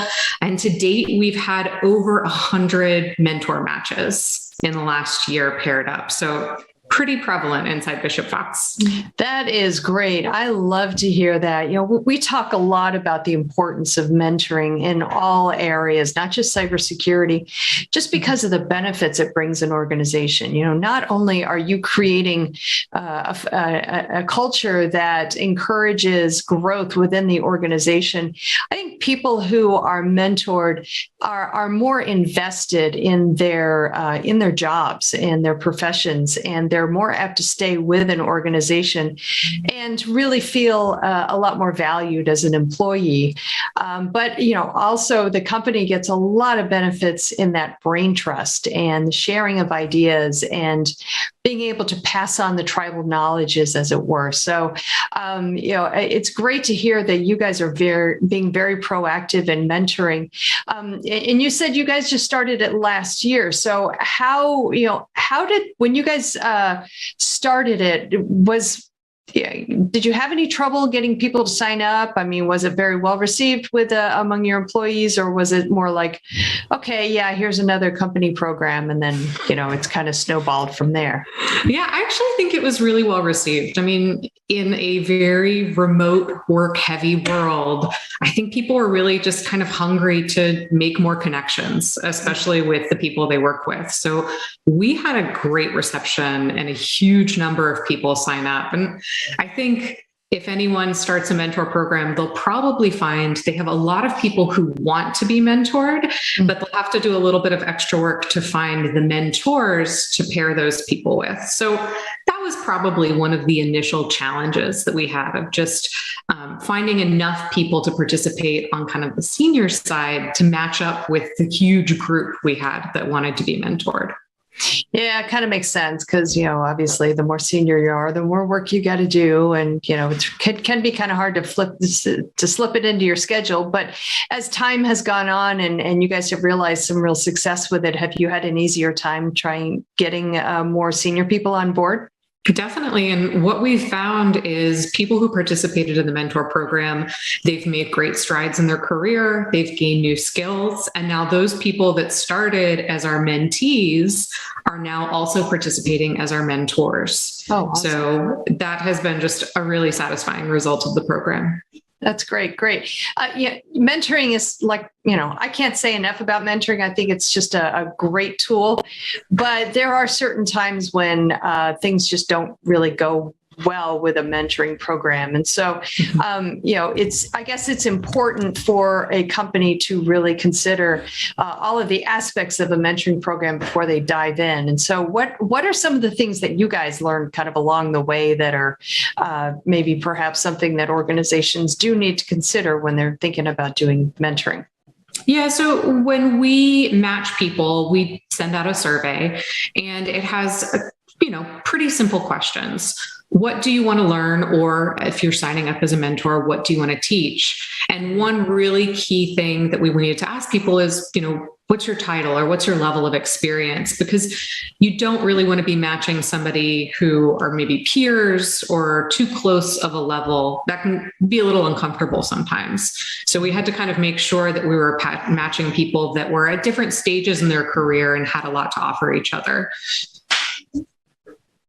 Was that the biggest challenge that you guys had, or were there other things along the way? I think some of the challenges are just, we were a little bit surprised about what people wanted to learn. I thought in an offensive security company, it would be mostly technical skills, right? I was expecting people wanted to learn more like web app security, and I knew who to go to to pair with those people. But what we found is there was actually a lot of interest in maybe skills we weren't expecting. So leadership, soft skills, executive communication. And so that was a little bit of putting us on our back foot. So we weren't quite prepared. And we're really lucky that we had a lot of senior and leadership people that really stepped up to help us out for mentoring in those areas. That's great. And I think that's a universal thing. That's not just cybersecurity. I think that's any mentorship program in any organization. You're going to really put an emphasis on those quote unquote executive leadership skills, as well as the soft skills. Just, some people just learning how to talk to another person can sometimes be a little difficult. And, having a mentor kind of manage, help them along that path, I think is great, because it's not, it's a lot more almost peer to peer, it's not really a boss telling an employee something. It's more like, hey, I can talk to you as a person rather than as to somebody who reports to me. So good stuff. So as you guys have kind of gone in through this program and got a couple months or a year or so underneath your legs, what are some of the things that an organization considering starting a mentor program, what are some of the things that they need to consider? That's a good question. I would think that you would want to make space for mentoring to actually happen. So there's lots of things you can do and resources you can provide that help make mentor pairs more successful. So we did a training for mentors, how to be a good mentor, quick 15-minute training with some guiding principles. We also created kind of a worksheet that people can use for that first conversation where they're just getting to know each other. And we also did some training materials and documentation on goal setting. So how to set reasonable goals and also how to track your progress on those. So I think those things really helped us to make the mentor program successful right off of the start. Yeah, I think offering some sort of structure to begin with, I think can certainly help, push a mentoring program much farther, much faster than just kind of a loose organization that's like a lunch and learn kind of thing. But really, when it comes right down to it, any type of mentoring program in an organization, I think is a benefit. And certainly, it's gonna look different in every organization, but I think the fundamental aspect is to share knowledge and experience. And I think that's so important, especially cybersecurity. Do you see these mentoring programs as perhaps a way to encourage more folks to possibly get into cybersecurity as we, show that there is, we need people from all walks of life to really, take a hard look at cybersecurity as a career path for them. Definitely. I mean, I am somebody who did a career change into cybersecurity a little bit later than a lot of people. And a lot of that was because of mentors I had that encouraged me along the way. And so something I always tell people that I mentor is, one day you'll be sitting on this side of the Zoom call and it'll be your turn to be the mentor. So make sure that you're kind of working towards that moment when you can start giving back and making new connections. And I'm really lucky that, at least for me, a lot of the people I've mentored outside of the company have now come to work at Bishop Fox. So mentoring can create new career opportunities too. That's great. That's great. Well, Kelly, I wish you guys the best with your mentoring program. I think it's a great, great idea. And I really can't see any negatives coming out of any type of mentorship program. And so I'm sure you guys are going to see great success with it. So, but thank you very much for coming on Techstrong TV and talking to me about it. Yeah, thank you so much. Great. All right, everybody, please stick around. We've got lots more Techstrong TV coming up, so stay tuned.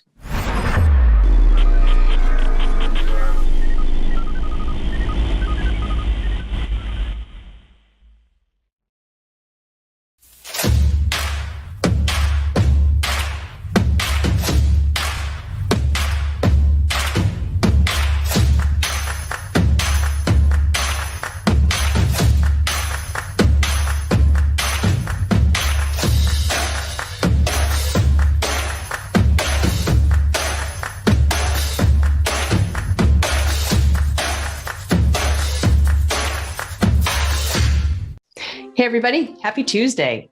This is Charlene O'Hanlon, and I'm here now with a webinars preview. I always tell you, we have so many great webinars coming up on DevOps.com, Container Journal, and Security Boulevard. Well, once again, I've got 3 here for you that I really think you should join us. So please do listen up and then mark your calendar.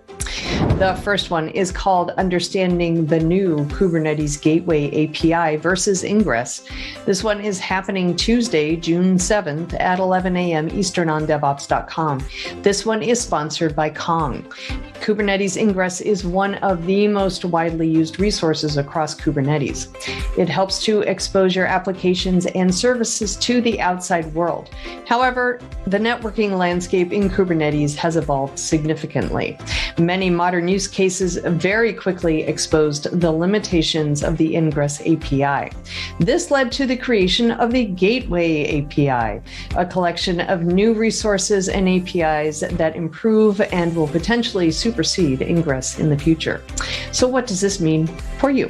So this webinar offers up everything you need to know about what Gateway API brings to the future of Kubernetes networking, including what is Ingress, what is the Gateway API, also a deep dive comparison of the two differences, and how to use Kong Ingress controller to leverage the Gateway API. Good stuff. All right, the second one is called When Less is More, Full Lifecycle Serverless Security. This one is happening Wednesday, June 8th at 1 p.m. Eastern on DevOps.com. This one is sponsored by Palo Alto Networks. Serverless architectures revolutionize the way that we build applications. Now, the cloud provider is responsible for the entire underlying infrastructure.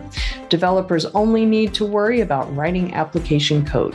However, this changes the attack vectors and security for these cloud-native applications. This webinar will offer a security overview of the serverless applications as well as insights into what is unique about serverless and the attack vectors this architecture type leaves exposed.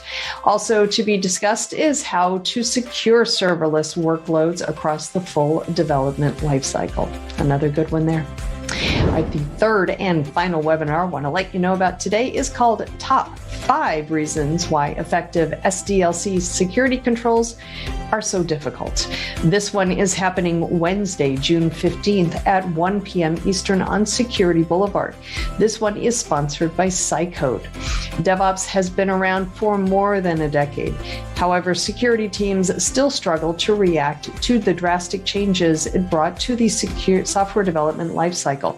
The influx of tooling needed to facilitate DevOps also brought with it added attack surface, complexity, and a lack of visibility, all of which have left security teams on their heels.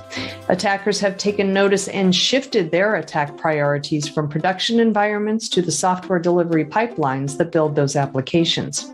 So this webinar will focus on why security struggles to keep up with the pace of engineering, why effective security controls are so hard to implement across the SDLC, and finally, how security teams can harden their tooling against software supply chain attacks. Good stuff there as well.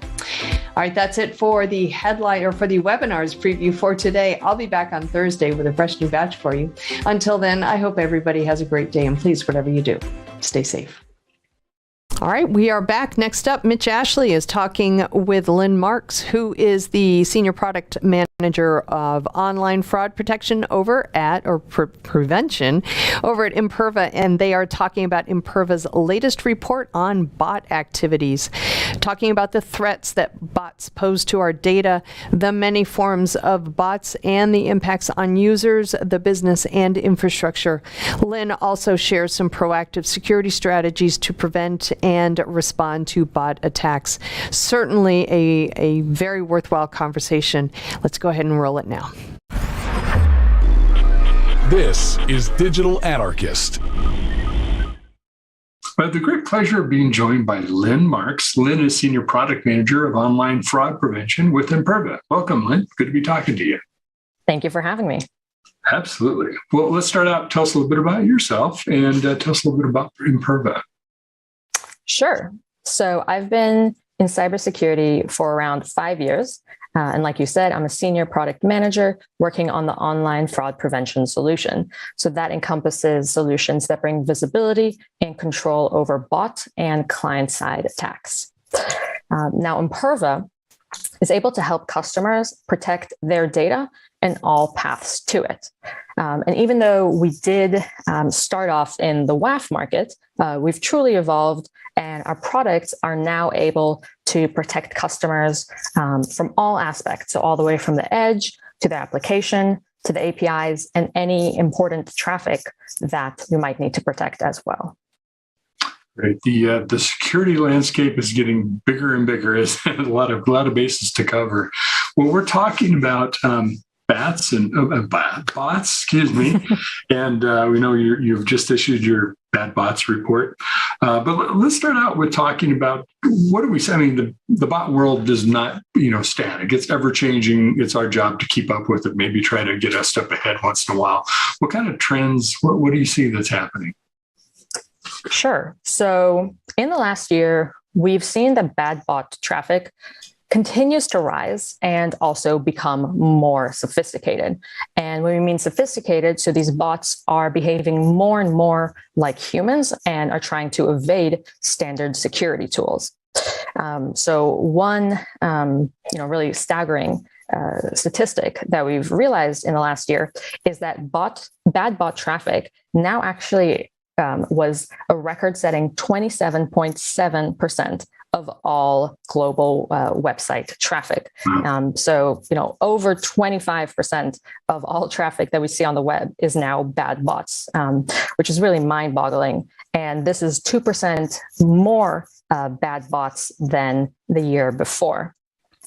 We've also seen that evasive bad bots, so those more advanced bots that are trying to evade the security tools, now make up a really large majority of the bots that we're detecting. So they make up 65% of bots. And this, really goes to show why it's important to have a security tool in place that can detect and mitigate these bots, as they are becoming more advanced and are able to wreak more havoc on organizations.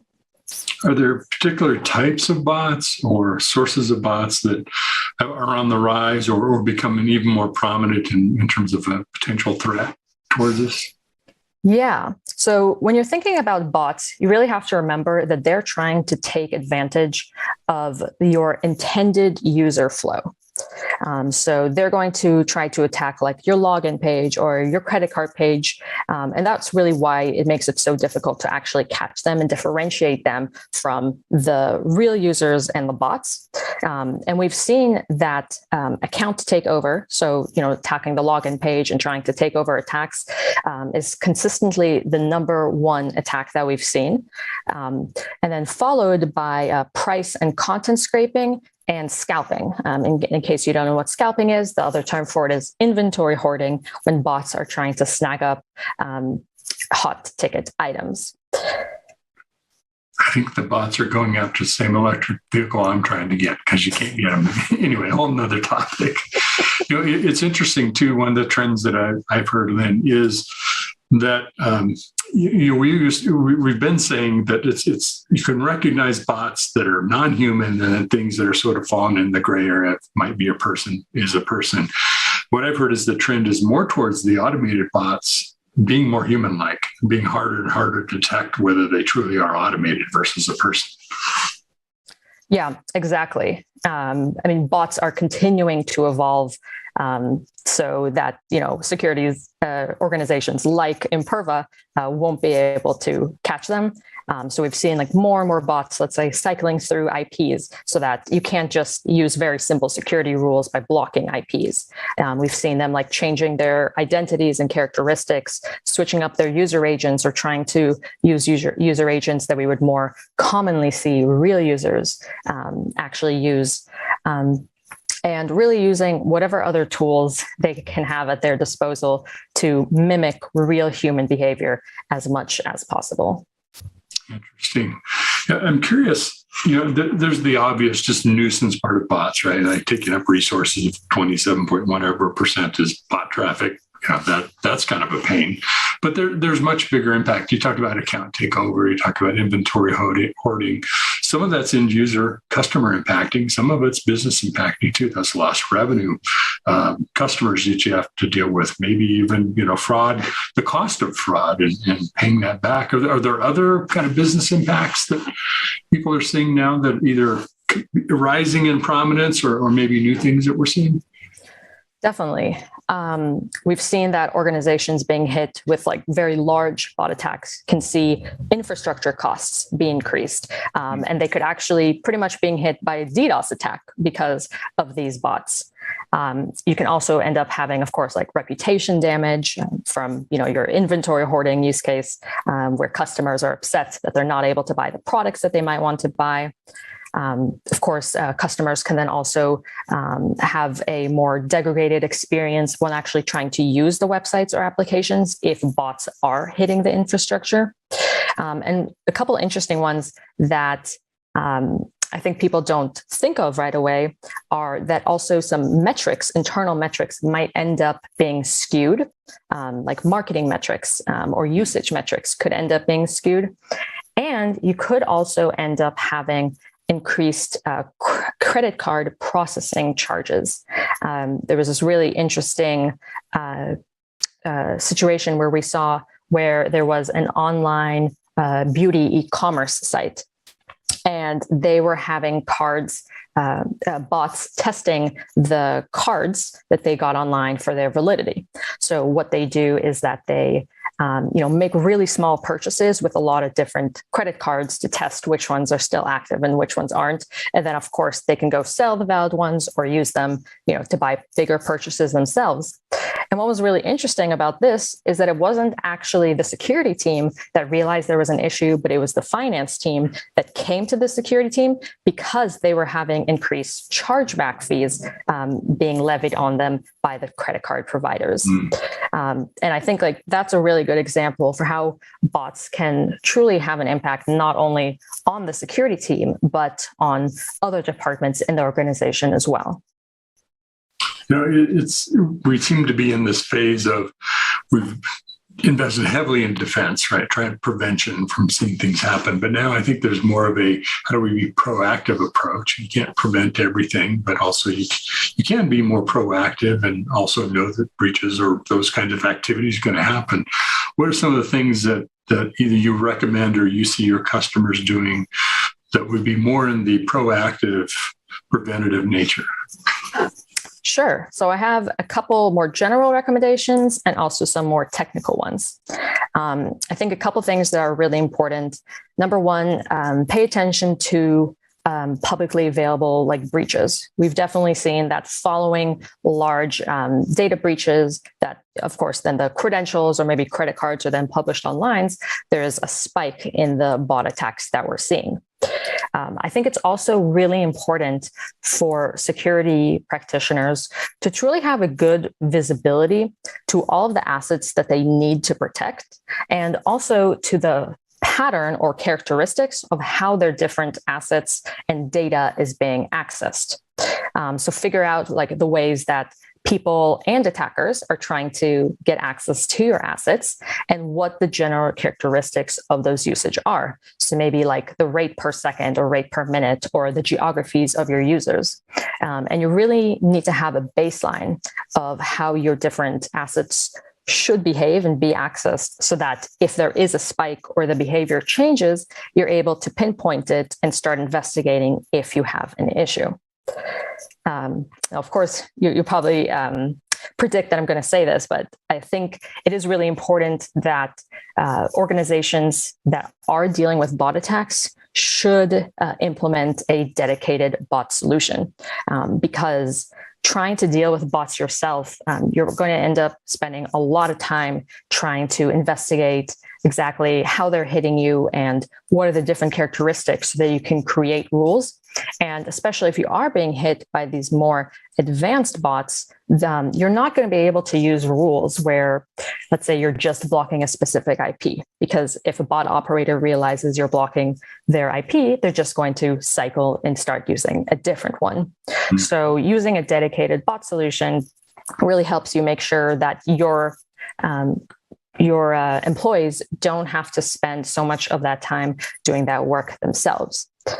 Now, if we're looking at more of the technical recommendations, of course, making sure to use secure protocols. Don't just use HTTP. Of course, use HTTPS. I think it's also really important to make sure that you implement an audit trail where you can track changes or access not only to your infrastructure, but your applications and APIs as well. So you can know what is the typical behavior, and if someone who shouldn't have access to your infrastructure or your applications is all of a sudden seen through the audit trail, you're able to quickly and go and investigate it. Another really important piece is to make sure that you are compliant with any compliance frameworks that your organization might fall under. So for example, if you work with credit card processing, you'd want to be compliant with PCI, and really make sure you're reading all their different recommendations, because they cover a lot of different types of attacks. And take it seriously when they give you these different recommendations, especially for the more new and evolving types of attacks like bots. And I guess my last recommendation is related to network security. And make sure that when you are setting your permissions, only limit access to the IPs and the geographies that really have to have access to your assets, and don't give hackers that extra opportunity to gain access by not really limiting and locking down your assets.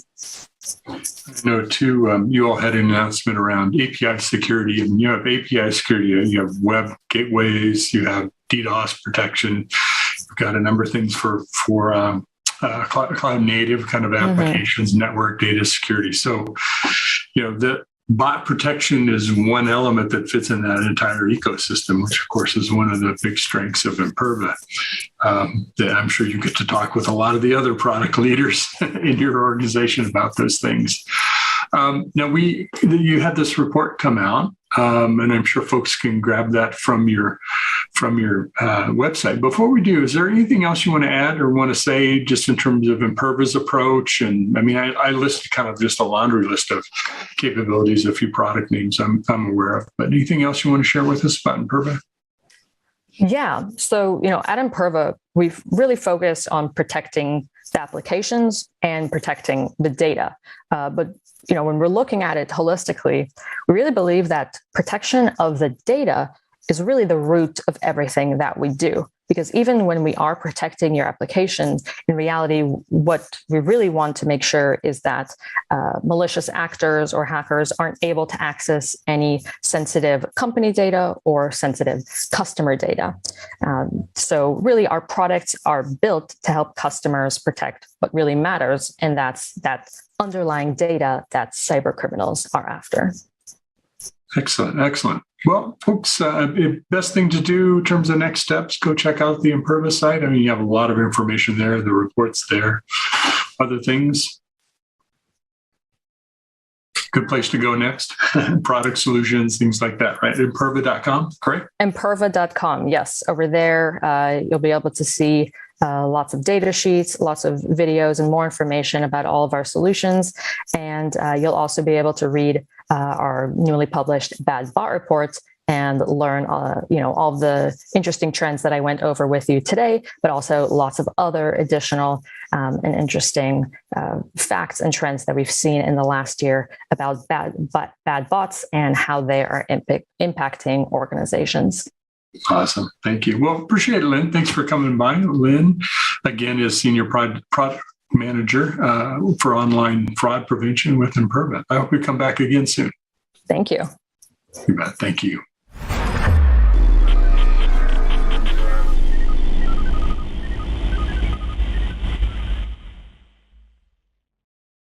Looking for a live conference focused on the tools, technologies, and practices most important to your business? Innotech conferences are live one-day business and technology conferences highlighting the latest in trends for IT leaders, developers, and IT professionals. Each event combines education, innovation, peer-to-peer networking, and the latest technology and business solutions for a diverse IT-focused audience. Innovate conferences occur throughout the year in strategic regional locations, bringing together technology professionals from various industries to learn about the solutions, practices, and tools impacting their day-to-day work and gain insight into what's to come. Presenters at Innovate conferences are selected and curated to ensure each session provides the most up-to-date and relevant information without any hype. Whether you're interested in digital transformation, cybersecurity, cloud, IT leadership, or DevOps, Innovate conferences deliver. 2022 events are scheduled to be held in Austin, Dallas, Oklahoma City, Houston, and Washington, D.C. Innovate conferences are produced by Techstrong Live and powered by Techstrong Group. All right, welcome back, everybody. Rounding out today's Techstrong TV broadcast, we have two views with Vizard. In the first one, Mike Vizard speaks with Avery Pennerun, who is the CEO of Tailscale, and they discuss, Avery explains how to remotely access DevOps platforms securely. Great conversation, especially relevant in today's remote working age that we are now in. And in his second conversation, Mike speaks with AutoRabbit CEO Meredith Bell. They discuss why DevSecOps practices need to be applied to applications built on the Salesforce platform. Both very relevant conversations and very worthwhile time spent. So let's go ahead and roll both of them. This is Digital Anarchist. Hey guys, thanks for the throw. We're here with Avery Pennerun, who's CEO for Tailscale, and we're talking about VPNs and DevOps. And of course, in many ways, this has been the lifeblood of a lot of organizations because everybody's kind of working from home, or at least more often, maybe permanently. Some are going back to the office. We don't know. But it's not like VPNs were a great experience. So maybe there's some other way to start thinking about this. But Avery, welcome to the show. Hi, it's great to be here. So walk us through what's unique about the DevOps use case in VPNs that makes it a little more challenging than just the average end user having a VPN and remotely trying to work. Well, I think, VPNs have gotten a pretty bad reputation over the years for just generally being unreliable, hard to set up, needs a lot of maintenance. Doesn't really match with sort of the new world of being multi-region, multi-cloud, stuff hosted all over the place.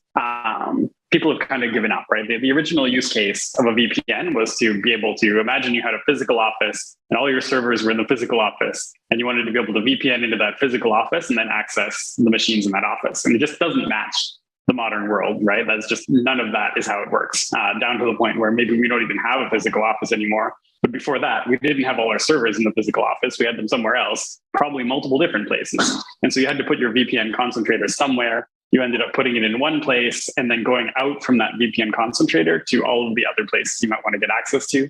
So in my example, I worked at a company that had their VPN concentrators in California, and the servers I wanted to access were in New York.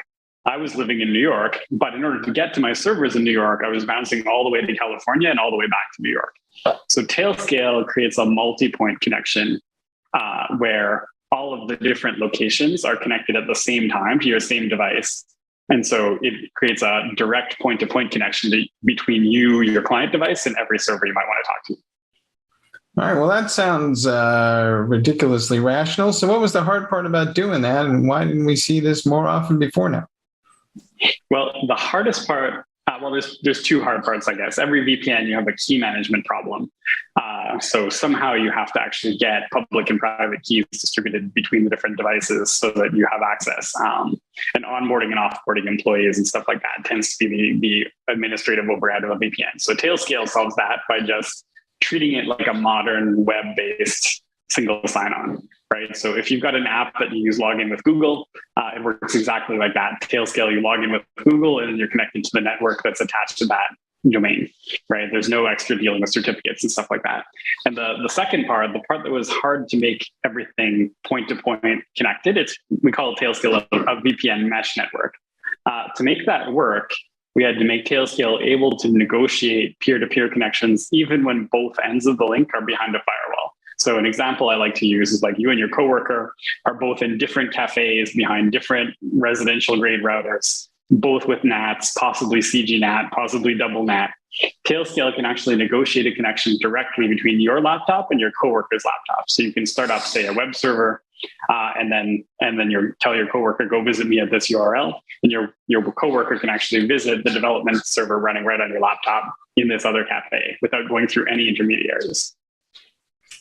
Is this a bigger issue for developers, do you think? Because back in the day when people had, say, 10% of their workforce was remote, it was typically salespeople, and they weren't really using bandwidth-intensive applications. Developers, on the other hand, you got builds everywhere, code's moving around. So is this a whole different set of requirements?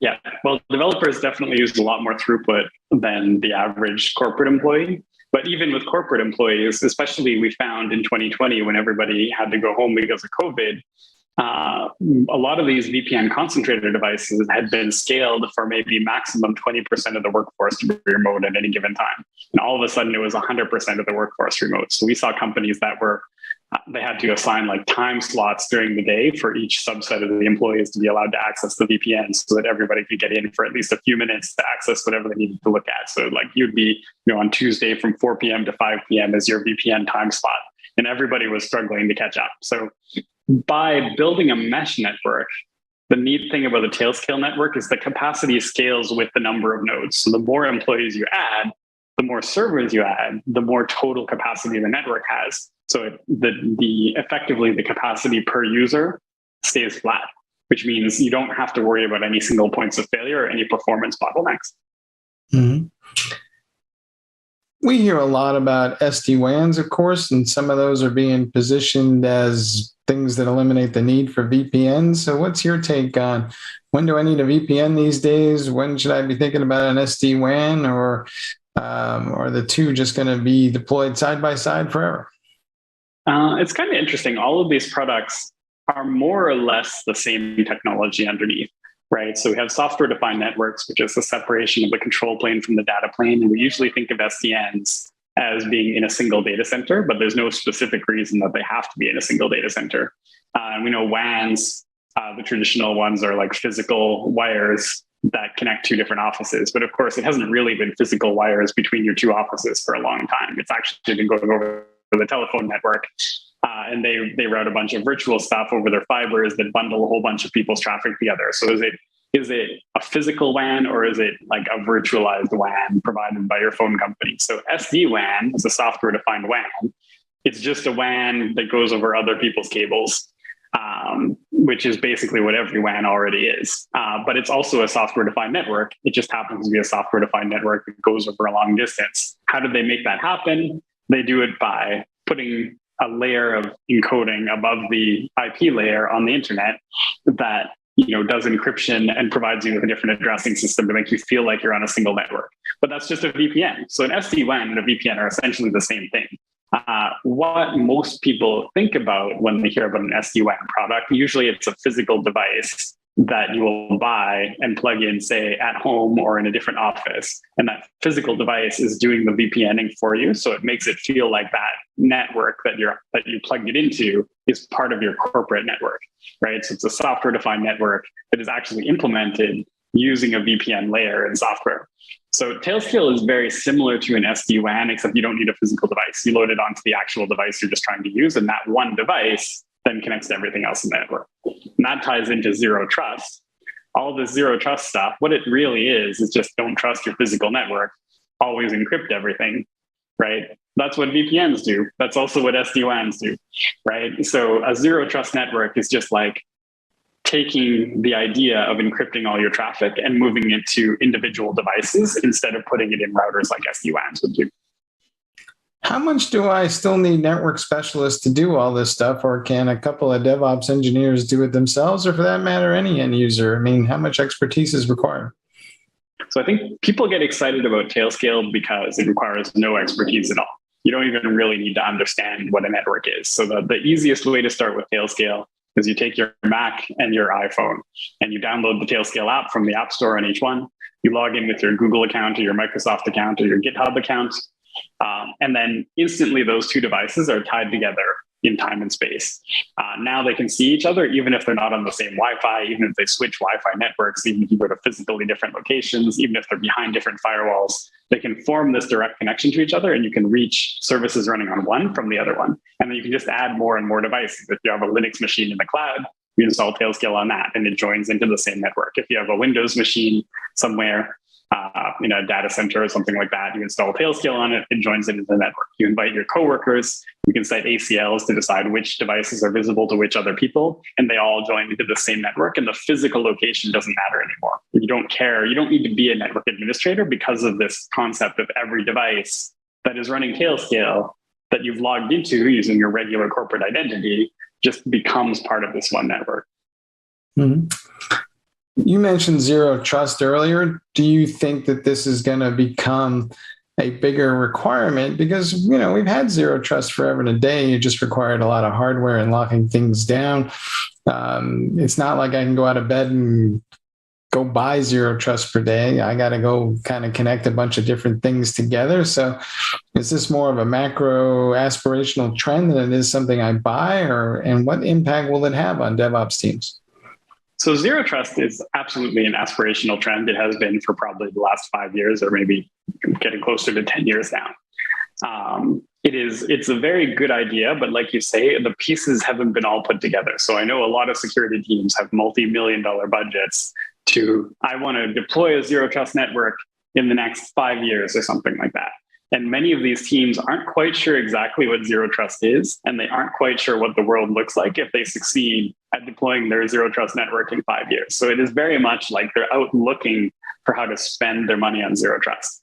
I think it's inevitable that we're all going to switch to a zero trust architecture, just because physical networks are so weirdly obsolete as a security model. Like this idea that you go to the office and you plug into an Ethernet port and you trust the device that's plugged into that Ethernet port, because how did that person get there if they haven't been able to get through the front door, right? That's been obsolete ever since Wi-Fi, when we don't even want to use an Ethernet port anymore. You want to connect to the Wi-Fi network, and unfortunately the Wi-Fi network leaks outside the walls of your office. So physical security is just nonsensical, right? So zero trust is going to happen. I think Tailscale is a implementation of the core concepts of zero trust that's a lot easier to deploy than most of the other zero trust products out there. I think it would be a stretch for us to say, like, we do every single thing that you might imagine zero trust does, because nobody is quite sure exactly what zero trust should do. But it's a direction that Tailscale is a very good first step in. It distributes the encryption keys to all your devices in this really nice, easy, transparent way. It makes sure every connection between devices is point to point. And it has this nice additional advantage of not caring physically where those devices are. It just makes that completely transparent to you. We also hear a lot about securing the software supply chain, and in some ways that could be code for we want to bring everybody back into the office to make it more secure, but maybe we don't have to. Maybe we can secure those software supply chains and let those developers be wherever we find them, because they're hard to find and they can be anywhere in the world, right? Yeah. Software supply chain security it's a huge can of worms. It has not that much to do with where your developers are physically located. It has a lot more to do with, like, okay, first of all of the components that go into my software, did I just download them from a random website, or am I actually sure that I got the version that I'm supposed to be getting? Did any of the suppliers of any of the dependencies in my tools insert a backdoor into their code this week that is now going to be deployed to all of my million customers when I roll out the next build of my software? How do I control when I order a laptop from Amazon? How do I know this thing hasn't been backdoored with some chip that's been inserted because somebody like the NSA has intercepted my order, taken it out of the box, put this thing back in, and then put it back in the box before it was delivered to me, which is an actual thing that happens to some big companies that are in extremely high security environments. So there's so many ways that the software supply chain can be disrupted. That said, it's very important, to have a super high security environment in your company to even be able to take the first few steps in doing a software supply chain properly. It's kind of the next frontier in corporate security, but nobody is there yet.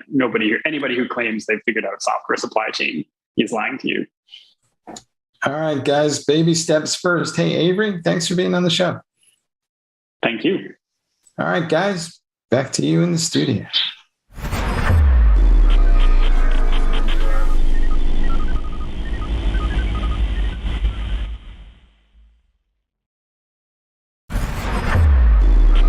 This is Digital Anarchist. Hey guys, thanks for the throw. We're here with Meredith Bell, who's the CEO for AutoRabbit. We're going to be talking about DevSecOps and the Salesforce platform for building applications. Meredith, welcome to the show. Thank you very much. We've been hearing about DevOps recently, at least more recently than we used to on the Salesforce platform. It seems like it's gaining some traction as people kind of, I guess, adopt more mature development processes. But I guess the next question is, of course, we're seeing everybody move towards DevSecOps. So are the folks on the Salesforce platform following suit? And what makes that any different than any other platform in that regard? Well, they definitely are. And there are a lot of reasons for it. It's not just DevOps, it's not just DevSecOps, it's really managing the entire Salesforce platform, because Salesforce has grown so fast, maybe the fastest growing enterprise software company in history. And as it's grown through acquisition, organic growth, it does more. So companies that used to use Salesforce for one thing are now making, this is the strategic bet across their entire business. We're going on Salesforce. So you think about how companies had to manage their IT departments, how they had to manage everything in the past at the CIO level. That's how they have to think about Salesforce now. And with it comes all of the regulations, the security threats, and the responsibilities to go along with those things. Salesforce is usually the single largest repository of PII in the entire enterprise. So there's more information about their customers there than anywhere else. And yet Salesforce wasn't really designed to be a development platform. So there's an entire set of things that companies need, especially in regulated industries, to do in order to secure their development environments and deliver safe and secure apps. So even something as simple as exposing an API can lead you down a path where you need to have a discussion about DevSecOps and workflows and how all that comes together. What's the level of awareness, do you think, and who's leading the conversation? Well, it's a good question. I think that the level of awareness has shot up, especially over the last year when we've seen things like Log4j just in the past few months, SolarWinds last year. The amount of attacks are way up. And I think it's the attacks, and these are actually attacks that Salesforce protects pretty well against, but they are raising the awareness at that CISO, CIO level. And they're no longer just letting it be decided, but at the developer or release manager level. Mm-hmm. And the Salesforce platform is fairly unique. It has its own kind of internal structures that's different from everything else out there. So do I need a separate kind of platform to manage both that DevOps and DevSecOps workflow? And do people really understand or appreciate that as well? Because a lot of times you see people saying, well, I already have a DevOps platform, et cetera, et cetera. Correct. Well, I think what we see is two different parts of the organization are starting to meet, because those who have been using Salesforce some time, they understand the difference. They understand that Salesforce uses metadata in a way that we're not used to using in traditional development environments, right? They understand that. CISO, CIO, maybe not so much, but they're starting to realize the differences. And that is exactly why you need a DevSecOps platform designed specifically for Salesforce. Salesforce is older technology. It wasn't designed to do what it does. The massively complex metadata creates rather opaque and brittle structures underneath. So you need technology, you need a set of tools that understand those structures. And then you need also to be able to understand the entire ecosystem, because it's not just Salesforce, it's all the Salesforce apps from the App Exchange that you're deploying.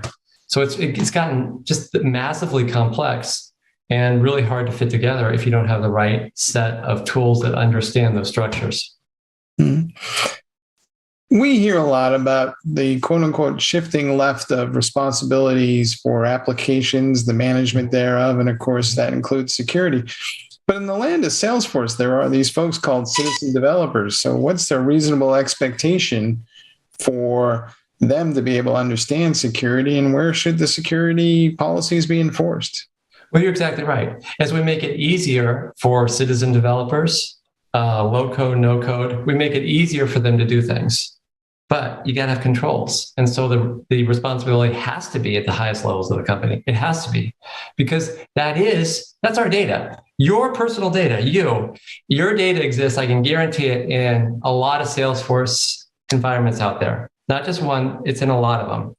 And so these companies are taking on big responsibilities for securing your data, for securing your private information. And that can't be relegated to the brand new, new to his or her job citizen developer. No, it's got to be maintained at the highest levels of the company. Are we building applications faster than we can secure them? Because, of course, professional developers are using low-code tools as well to build applications. They're in a hurry like everybody else. But is this kind of a unsafe at any speed kind of thing because everybody's rushing and nobody's really a security expert? Well, yes and no. I mean, Salesforce is an amazing set of technologies, and it does allow us to go fast. With a lot easier, a lot less time and development experience than ever before. That's all a good thing, but it does need to be secured. It does need to be scanned. You got to scan your code and make sure that you don't have security threats in there. Quality equals security. If you don't have good quality, there could be things in there that pose big threats to your business. And you're looking at billion-dollar fines and things like this. This will happen.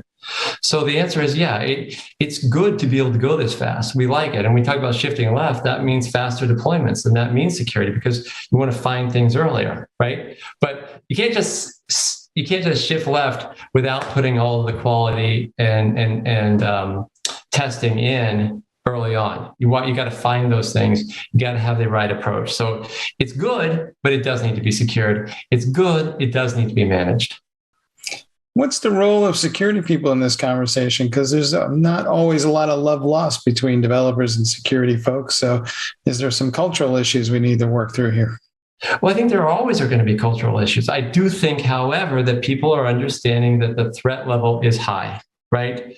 From the offices of the President of the United States, it's coming down. You better put more effort into securing all of your applications, and you got to secure your development environment. It's one thing to put all of your applications on a SaaS platform, but your development environment, that's really, really, really touchy stuff. It's got to be very secure, and you need to take extra care around your development environment so that you're not putting code in code that could threaten your whole business. We hear a lot about all things AI. Will AI someday save us from ourselves here? Is there some way to apply that to the security of low-code applications? Well, you got to. Absolutely. You have to, and you're exactly right. We're hiring a lot of developers these days, and a lot of that is going to be around the AI that you're alluding to, because you got to be able to find the threats. There are too many things going on for us to do it manually. So AI is going to be one of the biggest changes in how we protect ourselves. Do you think there'll be some backlash someday because things aren't as secure as they should be? To your earlier points, we are investing heavily in digital business transformation projects. It seems like there's just a lot more writing on these apps, and there's a lot more things of value inside them. Well, we've seen it. I mean, we've seen the United States government get hacked. So yes, I don't think I know that we'll see some things happen. We saw Heroku last week or the week before with issues. So it's not that it will happen. It is happening, and it will continue to happen. And that's why the questions you asked are exactly right. It has to be managed at the very highest levels with the most concern and care, especially in the regulated industries. All right. So what's your best advice to folks, other than the fact that maybe I should lock them all in a room and see what comes out? But is there some way to think about this that gets me to the right result faster? Yeah, I think you have to go back and think about how you manage things internally.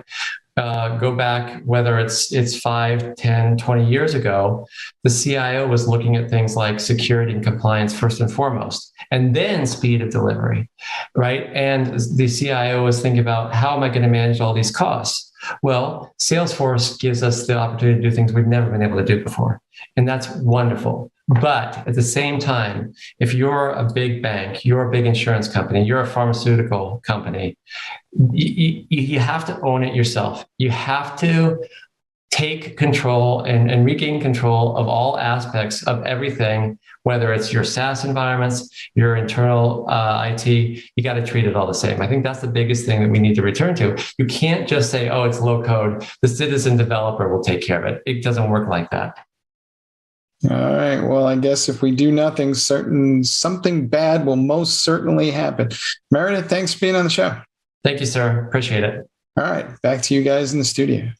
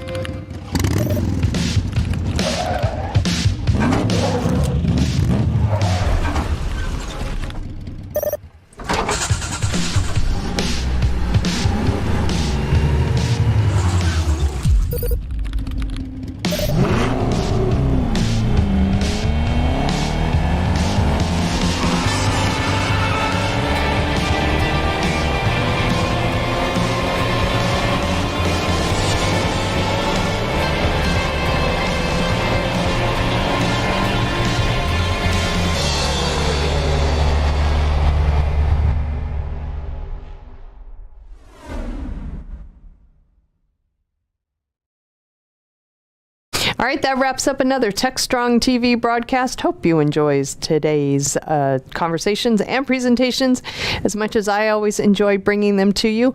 We'll be back on Thursday with a brand new Techstrong TV for you.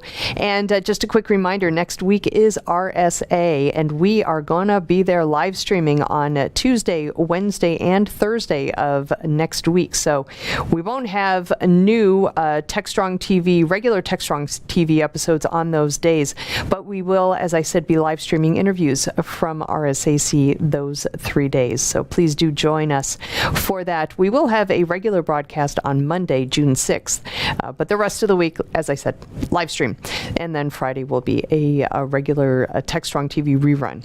All right, that's it for me. I'll see you on Thursday for another Techstrong TV broadcast. Until then, I hope you have a great day, and please, whatever you do, stay safe.